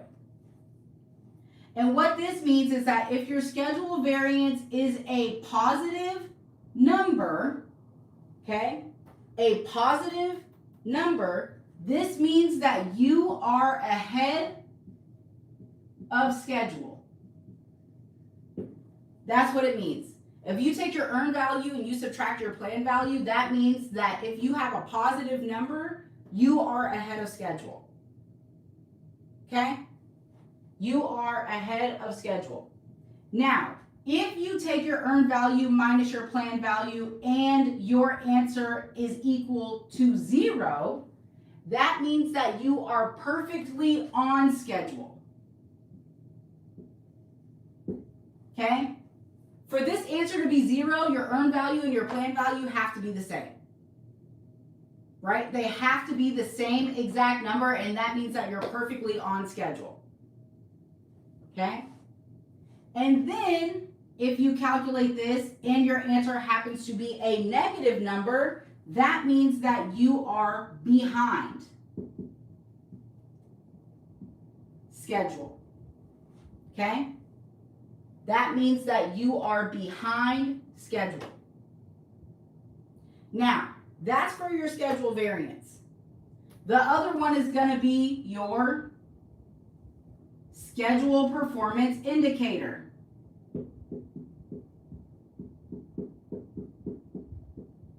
Schedule performance indicator, also known as your SPI. Okay? Schedule performance indicator, SPI. And for you to calculate your SPI, your formula is going to be our SPI is equal to our earned value divided by our planned value. Now I want to take a little moment here to just recognize that over here on the other side of the board, you see this? I said that if you wanted to know about your schedule, you were only going to use your earned value and your planned value. You were not going to use your actual costs. When we're thinking about our schedule, we are only ever using our earned value and our planned value. And now we've gone through both of these equations, and they each only use earned value and planned value. That's what I mean by that. Does that make sense? When you are thinking about your schedule for earned value management, you will only use earned value and planned value. You will not use actual costs. Are we clear on that? Yes? You guys still awake out there? I can't believe y'all asked me to do this. We're going to get through it. Okay? We ain't doing no practice questions though. We'll save that for another day. I'll make a dedicated day to this. Okay? So, for your, somebody's like, oh my God, what is going on here? For your SPI, okay, if your answer is greater than 1.0, this means that you are ahead of schedule. Okay, if you do this calculation and you take your earned value and you divide it by your planned value, if your answer is greater than 1.0, that means that you're ahead of schedule. Okay? If you do this and your answer is perfectly equal to 1.0, that means that you are on schedule. You feel me? If you do this and your answer is equal to 1.0, it means that you're perfectly on schedule. If you do this and your answer is less than 1.0, that means that you are behind schedule. Okay, anything less than 1.0, okay, 0.7, 0.8, point whatever the hell. Okay, that means that you are behind schedule. The types of questions that you're going to get on your P&P are things like this. Okay, you're running a project, you just calculated your SPI and your SPI came out to 0.7. What is the status of your project performance? Are you ahead of schedule, are you on schedule, or are you behind schedule? Or is it, I don't know, because this is actually the wrong indicator? Those are going to be the types of questions that you get. They're typically not going to ask you to calculate these things. They've all but removed this from the exam. Okay, you'll get one or two of these types of questions where they already tell you what it is. They'll be like, oh, your SPI came in at 2.0. What does that mean? Are you ahead of schedule, on schedule, or behind schedule?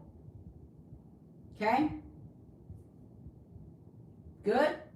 We understand this? Take a screenshot because now we're going to run through the cost one and then we're going to be done with it. You see this? I tested yesterday. I had 2 questions, and yes, it was just like you said. Thank you. When I tell you I'm giving y'all the game, I'm giving y'all the game. Congratulations on testing. That's amazing, Olivia. We're proud of you. Okay? That's how it works. Now, we will pivot over and run through the one for cost. This is just for schedule. Okay? This is just for schedule. Hang in there for all of you who are like, dang, I did not want to learn this. I promised I would do it in the beginning when there were only 30 people on the live. Somebody asked, hey, will you do EVM? And I was like, I will do it, but I'm going to wait until there's more people on the live because I know somebody else is going to ask. So this is just me keeping my promise. I said I would do it, and now we're doing it. Okay? So that was schedule. So now let's pivot over to cost, and then we'll do something else that's a little bit easier and more fun. Okay? I promise.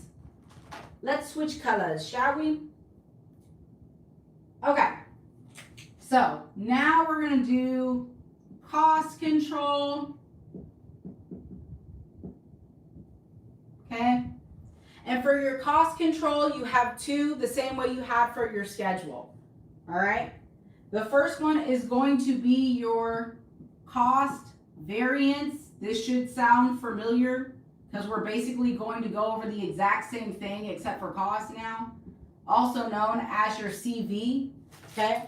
And your cost variance is the amount of budget deficit or surplus, because we're talking about money, at a given point in time, expressed as the difference between your AV and your AC, your earned value and your actual cost. So the way that you would calculate your cost variance is that you would take your earned value and subtract your actual cost.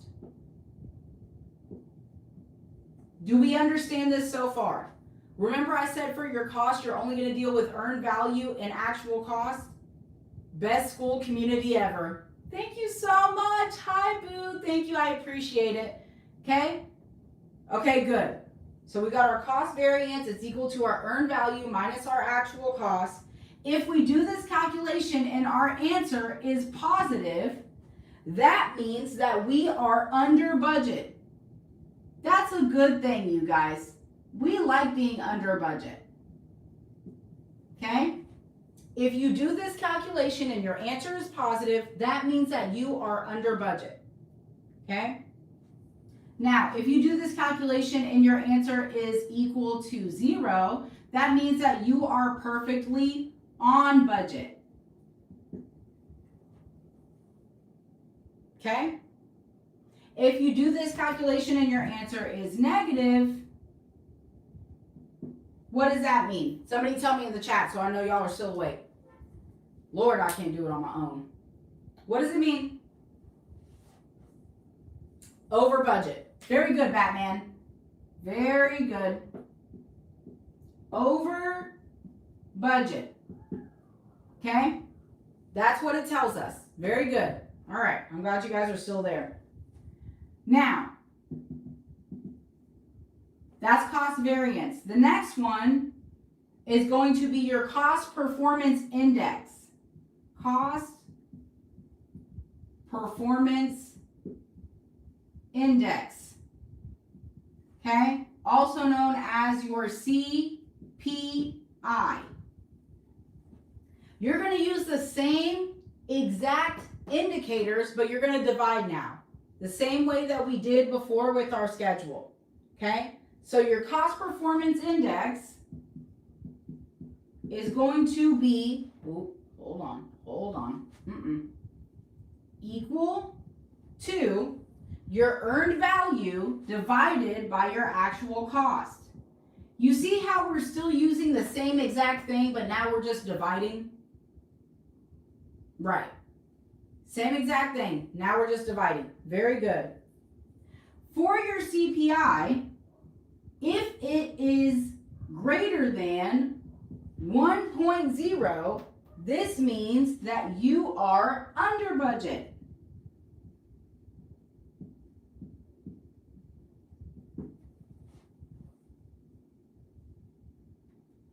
Okay? Greater than 1.0 means that you are under budget. If it's equal to 1.0 perfectly, then we know that we are perfectly on budget. Okay? And if it is less than, anything less than 1.0, that means that we are over budget. And again, these are the types of questions that you're going to see on your exam. Okay? They're going to give you what your CPI is, or they will give you what your SPI is. They typically won't give you CV or SV because it's a little bit too easy. It's just subtracting, right? So they'll give you your CPI or they'll give you your SPI, and then they'll ask you about the status of your project. And you're expected to know that if it's over 1.0, then you're under budget. Or if it's less than 1.0, then you're over budget. Okay? That is a baseline understanding of earned value management. Now, for those of you who didn't want to learn this, but you stuck on the live anyways, I really appreciate it. I really appreciate it because I know this isn't the most fun thing to do, but it is something that you will see in 1 or 2 questions on the test. Okay, so thanks for hanging in there, you guys. I hope this helps. Does this help at all? Anybody? Girl, whatever you say, I'm sad. I appreciate you. Okay, good. Amazing.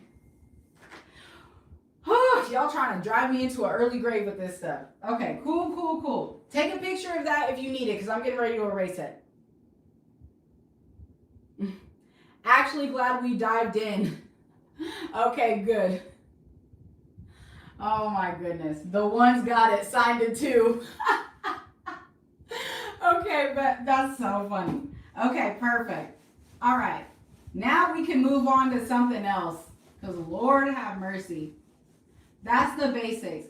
Honestly, I'm not a huge fan of teaching earned value management. Not that it's bad, but like I'm the type of person who used to cry in my college math classes, so I don't really feel like, I don't have the passion for math the way other people do. I don't mind teaching it. I'm glad it makes sense. But me personally, I'm just like, I have like math-induced PTSD. So I don't really prefer teaching it. As an authorized training provider with PMI, we have to. So I do it because I have to, but not because it's my vibe. Amazing. Okay, what do we got next? Before I move on, tap on the screen. That'd be really helpful. Make sure you're giving your girl a follow. Check out our free trials for the school community. They're at the link in my bio or this little orange button some down here in the corner. Would you suggest skipping these questions on the test and coming back to it? Honestly, my suggestion is just answer. Because this is what happens when you actually show up on test day, you guys. They're going to give you like a, just follow me. They're going to give you a whiteboard or like a little piece of paper and a pencil. And what I did, as soon as I rolled up and sat down, and they were like, okay, you can go. I wrote down the formulas. I was immediately like, okay, if this is over 1, if this is equal to 1, if this is less than 1, just so I would remember. And then that way, when I got to the questions, I just looked at the piece of paper and I was like, oh, got it. Yeah. Yeah, don't skip. You can flatten and go back before break times. Yeah. That's a good tip. Okay. Amazing. Amazing. Perfect. Okay. What else do we want to learn now that we're all traumatized from the earned value management stuff? Business analysis? Business analysts? Shay, I don't really teach business analysts. I teach project managers. You know what I'm saying? But you can start as a business analyst before you get into project management. You are funny. Thank you. I spent a lifetime of, I won't say a lifetime, but I have people sometimes who are like, she thinks she's funny and she's not. And I'm like, low key, I do think I'm funny. So when people are like, you are not funny, it feels so targeted. I'm like, I think I am funny. So I don't know what to say about that. I don't know what to say about that, but I'm not really feeling it. Can we learn easy stuff that will make me feel like I can do it again? Yeah, we can learn easy stuff. The question is, what easy stuff do we want to learn? You guys want to go back to phases? Will that make you feel more comfortable again? The difference between linear, sequential, and overlapping? I so appreciate you teaching this. Thanks. Critical path, get out of my face. You know I did not want to teach that yesterday, and I taught it anyways. Oh my God. Do you guys want to do critical path again?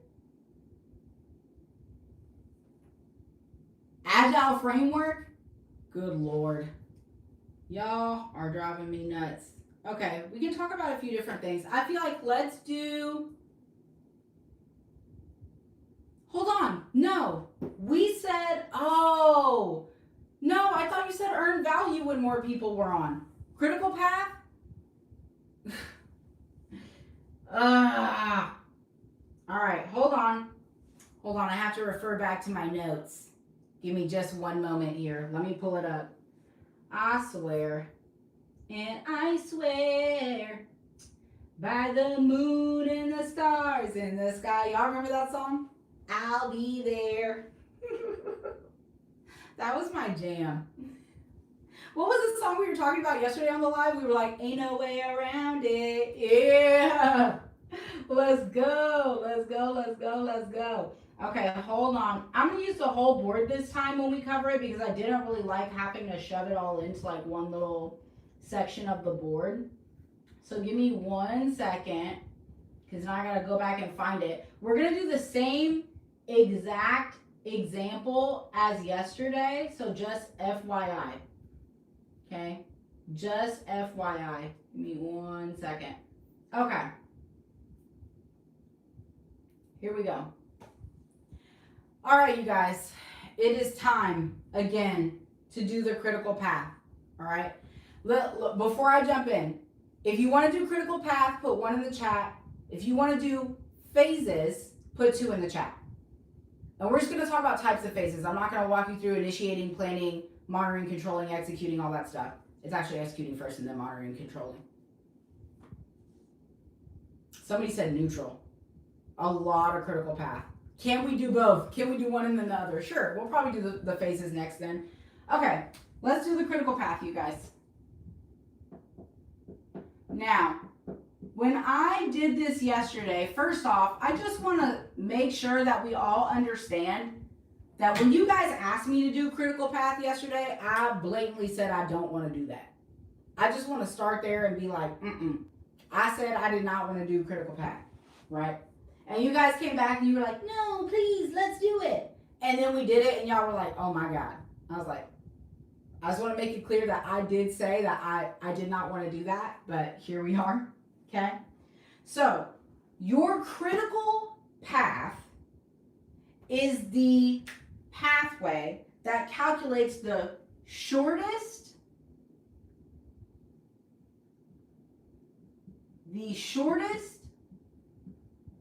project duration, the shortest project duration possible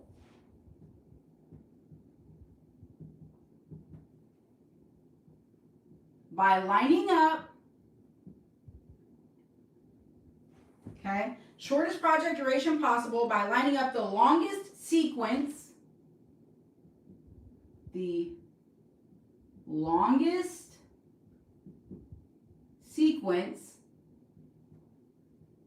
of dependent tasks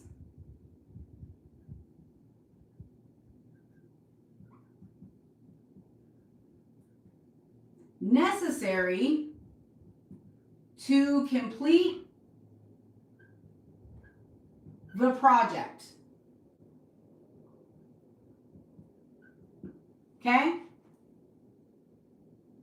Your critical path, for those of you who are going to screenshot this, this is the definition. Your critical path shows you the shortest project duration possible by lining up the longest sequence of dependent tasks necessary to complete the project. Okay? Will it be on the PMP? Yeah, if it wasn't on there, I would not be bothering with it right now. Trust me. It's on there. Okay? So, give me a second. Let me draw out a network diagram real quick, and then we're going to cover it. I want y'all to know the more challenging the things are that we cover on here, the less people are on the live. They're like, I'm getting the hell out of here. So I applaud you guys for sticking in. You clearly actually do want to learn, which I think is great. Okay? So, give me just 1 second. Let me set it up, and then we'll go over it. Okay?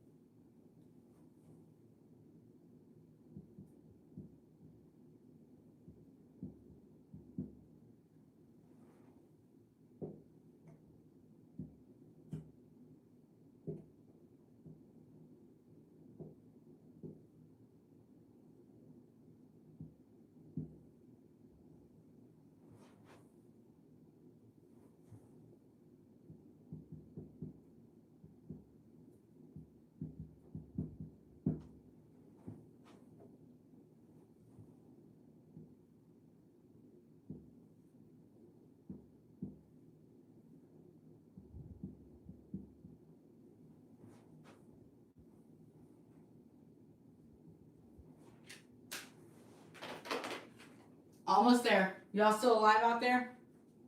Because we are sat today. Okay, good. I'm happy to hear it. I'm happy to hear it. But if I go live again this afternoon, I'm not going to teach these complicated ones, you guys. So just FYI, if you jump on my live again tomorrow, this afternoon, it's not going to be this complicated. Okay? Because this is a lot for new people. They're like, what the heck is going on here? And I don't want to scare them. Right? We all start somewhere.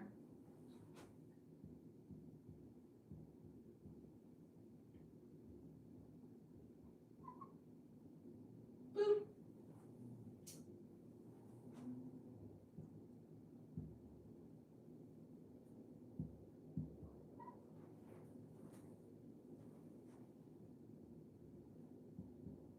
Okay. So, now that we have this set up, we're going to go through it. Okay? Remember, we are looking for the shortest project duration possible. We've already lined up our dependent tasks. For those of you who are like, what is this thing she has drawn? This is called a network diagram. Okay? We've already lined up all of our tasks. Now, before we get into this, can somebody tell me what it means when these are on top of each other like this? What does that mean? Because this is communicating something to us that we need to keep in mind. Anybody, what does it mean when they're on top of each other? Tell me in the chat. If I got to do it, y'all got to do it too. That we run them in parallel. Exactly. That it happens at the same time. So we know that we have put these two on top of each other because we're going to do them at the same time. Okay? Same thing here with activity 4 and activity 5. They're laid out like this on a network diagram so that we know that we are going to be running them in parallel. Okay? That's why it looks like that. Now, we're going to start adding up because each one of these has an activity number, right? This is activity 1, activity 2, activity 3, activity 4, activity 5, and then over here, we've got activity 6, right? And each one of them, oh my gosh, hold on. Ah! Good Lord. I ran over a piece of plastic and my poor board was like, we're not going to roll anymore. Okay? Each one of them has an amount of time that they are going to take. Okay? So we are going to follow this top path and then we're going to follow this bottom path and we're going to see how long each one takes. Okay? So we are going to call this top path, path 1. Okay, this is path 1. Now, let's take a little look here. On path 1, we start off with activity 1. It's 6 weeks long. Okay, so we already know that this is going to take us 6 weeks. Okay, then we go into activity 2 because this is the path we're following, the top one, right? And activity 2 is going to take us 4 weeks. Now, if we take 6 weeks and we add 4 weeks, that gives us how many weeks? Tell me in the chat. I know you can do it. Okay? 6 weeks plus 4 weeks is 10 weeks. Very good, very good. So we're at 10 weeks so far between these two. Then we're going to go to activity 4, which is 3 weeks. Okay? So that brings us to 13 weeks. Then we go to activity 6, which is 1 week, right? Very good. So our total for path 1 is equal to how many weeks? Very good. 14 weeks. This path is trying to convince us that it is going to take 14 weeks to get this work done. Okay? This path is trying to convince us that it's going to take 14 weeks to get this work done. Now, we're going to try this pathway and follow the one on the bottom. Okay? And we're going to refer to this as pathway number 2. Okay? Now remember, the reason we didn't take these into account is because we're doing them at the same time. So we're not worried about it. We're kind of like, whatever, we're running them in parallel. We're doing this at the same time we're doing this, right? So now we're going to run this bottom path and we're going to do it the same way. Activity 1 takes 6 weeks. Activity 3 takes 5 weeks. Okay? That's 11 weeks between the two of them. Then we're going to add in activity 5, which takes 4 weeks. Okay? So we've got 11 weeks here plus 4. Now we're at 15 weeks. Uh-oh. And then if we add in activity 6, it has 1 week, which brings us to a total of 16 weeks. That brings us to 16 weeks. Now, the question is, which one is our critical path? Is it path 1 or path 2? Tell me in the chat. Path 1 or path 2? Which one's our critical path? Come on.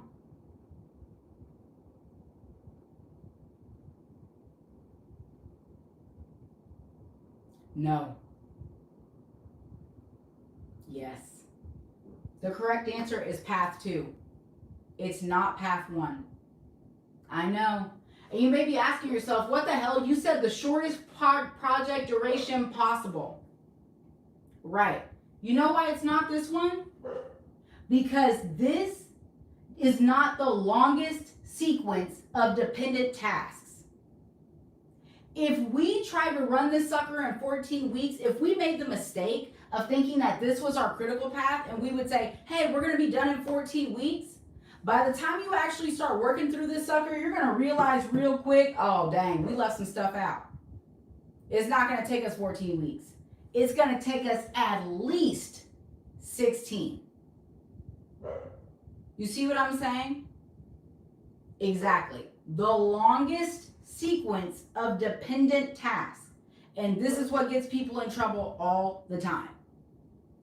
Is they'll come back and say, well, you said the shortest project duration possible. Right. This is the shortest project duration possible. It ain't getting no shorter than that. Dang, you got me. You're welcome. This is so funny. Okay? So you got to be careful about that. Now, to complicate things even further, you will see this concept introduced called float. And there's regular float, there's total float, there's all these different things that you can do. But because this is supposed to be a beginner live, I'm going to keep it simple. Okay? Float means that you can delay the start of a task without impacting your overall critical path. Okay? So what I mean when I say that is that if we wanted to float activity 4 by 1 week, which means we want to start on this 1 week late, we can. Because the one that we're running it in parallel with is 5 weeks and this one is 4 weeks. You know what I'm saying? So if I delay this by 1 week, these are both going to finish at the same time. You feel me? It's the same thing here. We're doing activity 4, which is 3 weeks, at the same time that we're doing activity 5, which is 4 weeks. So technically, I can delay this by a week and we would still be fine. Okay? That's the concept of floating. You might as well walk into what float is after this. That's all they're getting from me. Next level M2. That's all y'all are getting from me. Does that make sense? That is your critical path. Okay? That is your critical path. Very basic. This can get so much more complicated. Okay? You can talk about early start dates, late start dates, leads and lags, and all this other stuff. This is a beginner live. Okay? So I'm not going to jump into all that. This is what you will get from Veronica today. When do we use this? In the beginning, when you're trying to understand how long this sucker is actually going to take. Yeah. There's no point in using it, midway through unless you're only doing it for like a specific phase or something along those lines. Yeah. Okay. Cool. Amazing. Now, I said I didn't want to teach EVM. Y'all asked. I did it. I said I didn't really want to cover this. Y'all asked. I did it. Okay? So don't say I don't give y'all nothing. The only thing I ask for, make sure you follow me or you're subscribed to me. Tap on the screen. Help your girl out. I give away free game all the time. Okay? I'm going live every single day in July. If you want to jump into our boot camp, it starts this Saturday. Okay? Free trial is on while we're on the live. The link's in my bio or this little orange button down in the corner. All right. Amazing. I'm erasing this. That's traumatized twice in one live. Because y'all asked for the math. I can't believe y'all. I swear. It's just crazy out here. Alrighty. Let's see. Batman, are you still there? I'm curious. Batman said that they were a business analyst trying to get into project management. So this might be helpful stuff. I don't know. I feel like you enjoy the trauma. Olivia, you don't know me. All right? You don't know. You don't know me. All right. Phases? Shall we? Olivia's like, my bad. Okay. Amazing. And we still have the same amount here. That's how you know that we're locked in. I know you guys are locked in, okay? I'm going to do phases. And, we'll see kind of where we go from there. Somebody keeps reporting my live. I'm like so frustrated because they tell you on our side, they're like, hey, just FYI, somebody's hating on you. I'm like, okay, well, that's fine. We're going to keep going anyways, okay? All right, so let's talk about phases real quick. Somebody tell me in the chat what a project phase is in layman's terms. I know. The haters are all around. I stay dealing with it. Back when I was on IG, people didn't really know who I was, but as soon as I got on TikTok and it started really taking off, oh my God, they came out of the woodwork. I was like, oh, I didn't realize it was already like a little cabal coming on over here. Okay.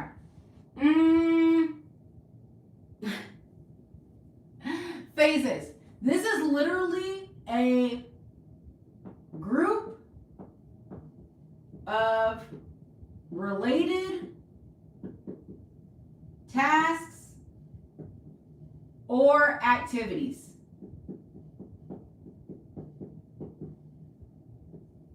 That's it. Oop. Sorry, spam likely. Okay? A group of related tasks or activities. That's what project phases are technically used for. Okay? And there's two types of project phases. Okay? Two ways that you can do this. There is running them in a linear or sequential manner. And then there is running them overlapping. Okay? Just so I can force my numbering to make sense. There's running them in a linear or sequential manner, and then there's running them in an overlapping manner. So let's say that our scope of work is the same one that we've been practicing with. Okay? Our scope of work is 10,000 peanut butter and jelly sandwiches. Okay? That's the project that we're working on. And let's say that we have two phases just to make it easy. Good. She said, I remember this from yesterday. We have two phases just to make it easy. And phase one is going to be procurement. And phase two is going to be execution. Okay? Actually putting the sandwiches together. This is just so you can understand these two different types. Don't be like, well, shouldn't it be? Spare me. Okay? Now, phase one is going to be procurement. What does it mean to procure? Okay? What does it mean to procure? Someone tell me.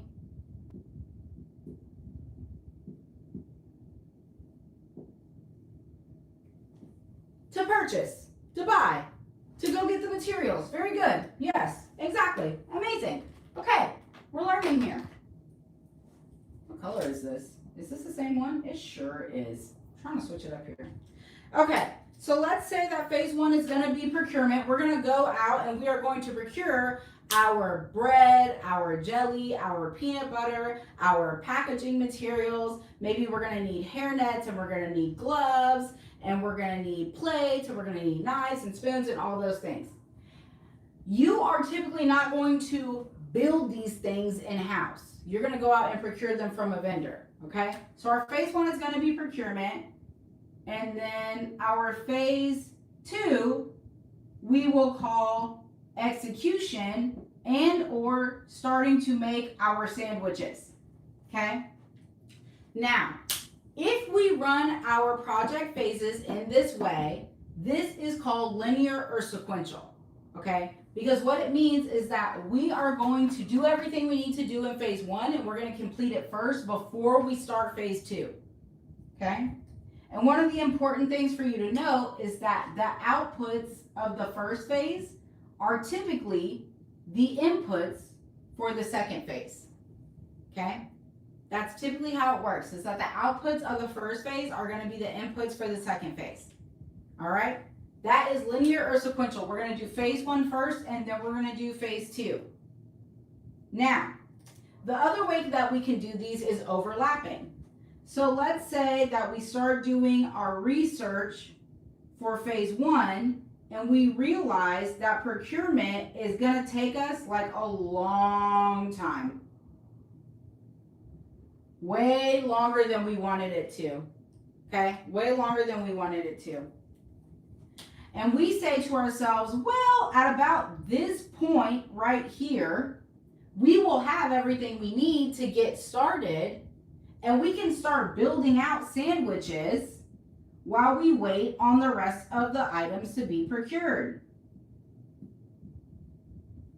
That's what it means to do overlapping, okay? We're technically gonna start into the second phase. We're gonna start into the second phase before we finish the first one, okay? We're gonna start into the second phase before we finish the first one. That is overlapping. Pretty easy stuff, okay? Now, there are some things that we wanna note here, okay? If we are doing overlapping phases, there are pros and there are cons. What is one of the pros? And what's the usual reason that we do this? What is one of the pros? We're looking to save what? Tell me in the chat.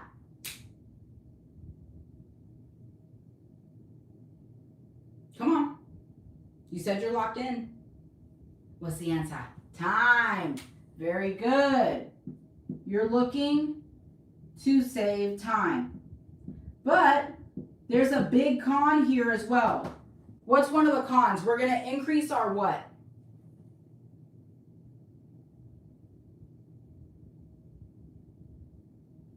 Risk. Very good, Lily. Very good. We are going to increase our risk by running these overlapping because we are making an assumption that the rest of the procurement phase is going to go just fine. We've made plans for phase one. We're like, heck yeah, this thing is running smoothly. We're going to go ahead and jump into phase two. And then if things don't continue to go smoothly in phase one, we've increased our risk. We could end up being in trouble here if things go to hell in a handbasket after we've already jumped into phase two. Okay? So, if we are running them in a linear or sequential way, then one of the pros is that we have decreased risk, but one of the cons is that it takes more time. Okay? Is all of this in the boot camp as well? Yeah, this is like stuff you have to know for the exam. So it's in there. Yeah. These are the types of things that you have to know for the PMP exam. And they cover some of it on the CAPM as well. Okay, so pro, decrease risk, con, increase time. And then there is this little thing here in the middle that we can do when we are running our phases in a linear or sequential manner. What is this here? What can we do here in the middle? What is it called? Yeah, the weekend course is the boot camp, the one that starts this weekend. What is this called? Somebody tell me. I know one of y'all knows. What is this?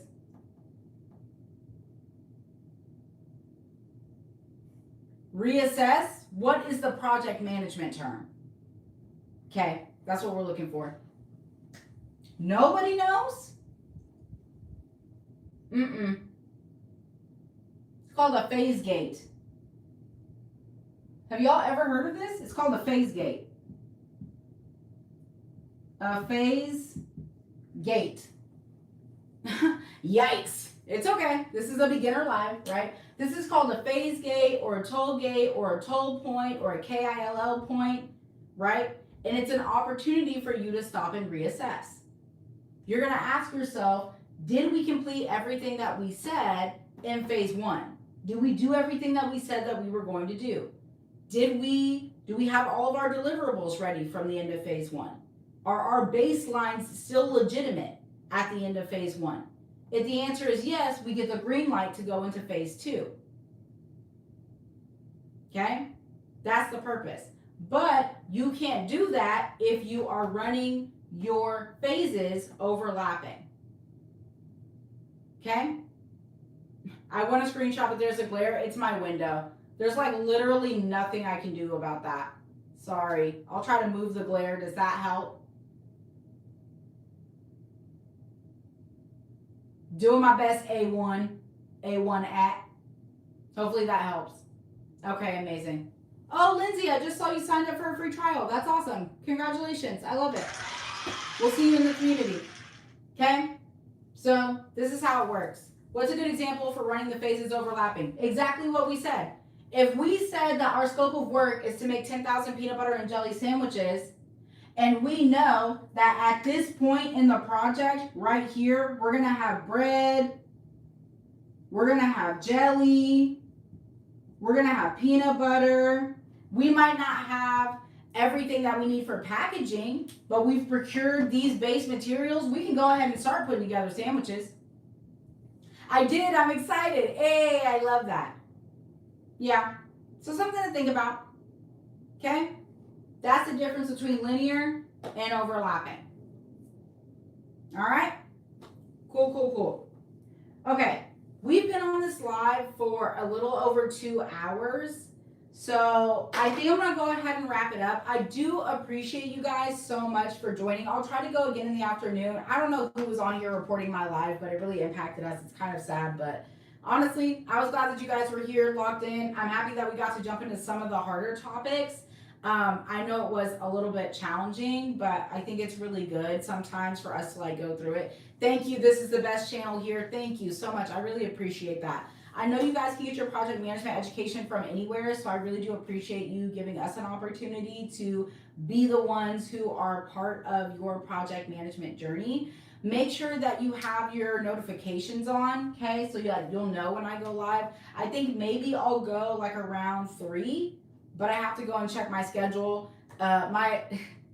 My executive assistant is on here. She's probably looking at my calendar right now being like, girl, you're supposed to have a freaking meeting at 3. Like, what are we doing? I'll double check, but make sure that you're part of my bulletin board, and I'll put that on there so you guys can see it, okay? Thanks so much for joining the live. I really appreciate it, and I'll see you guys in the next one. All right, thanks. Bye. All right, for you guys on YouTube, I'm going to see if I can flip this camera around. Can I? Okay, amazing. So I didn't really get to interact with you guys, and I'm so sorry about that, but I wanted to see if like I could answer any questions for y'all. The problem is that if you see how I have the camera facing towards me and then all the words look backwards, I cannot figure out the mirroring on YouTube.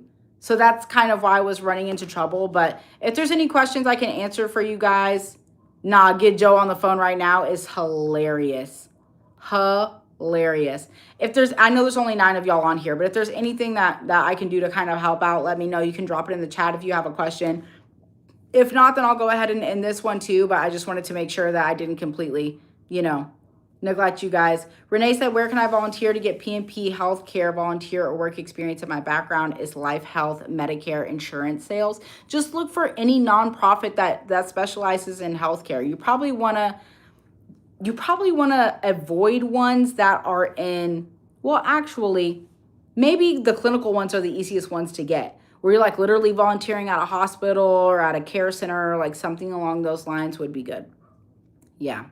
So I'm sorry, you guys. I know you probably like to, ask me to teach certain things, but it's hard for me to see on YouTube on my phone. We're going to try to get it fixed, but, we'll figure it out.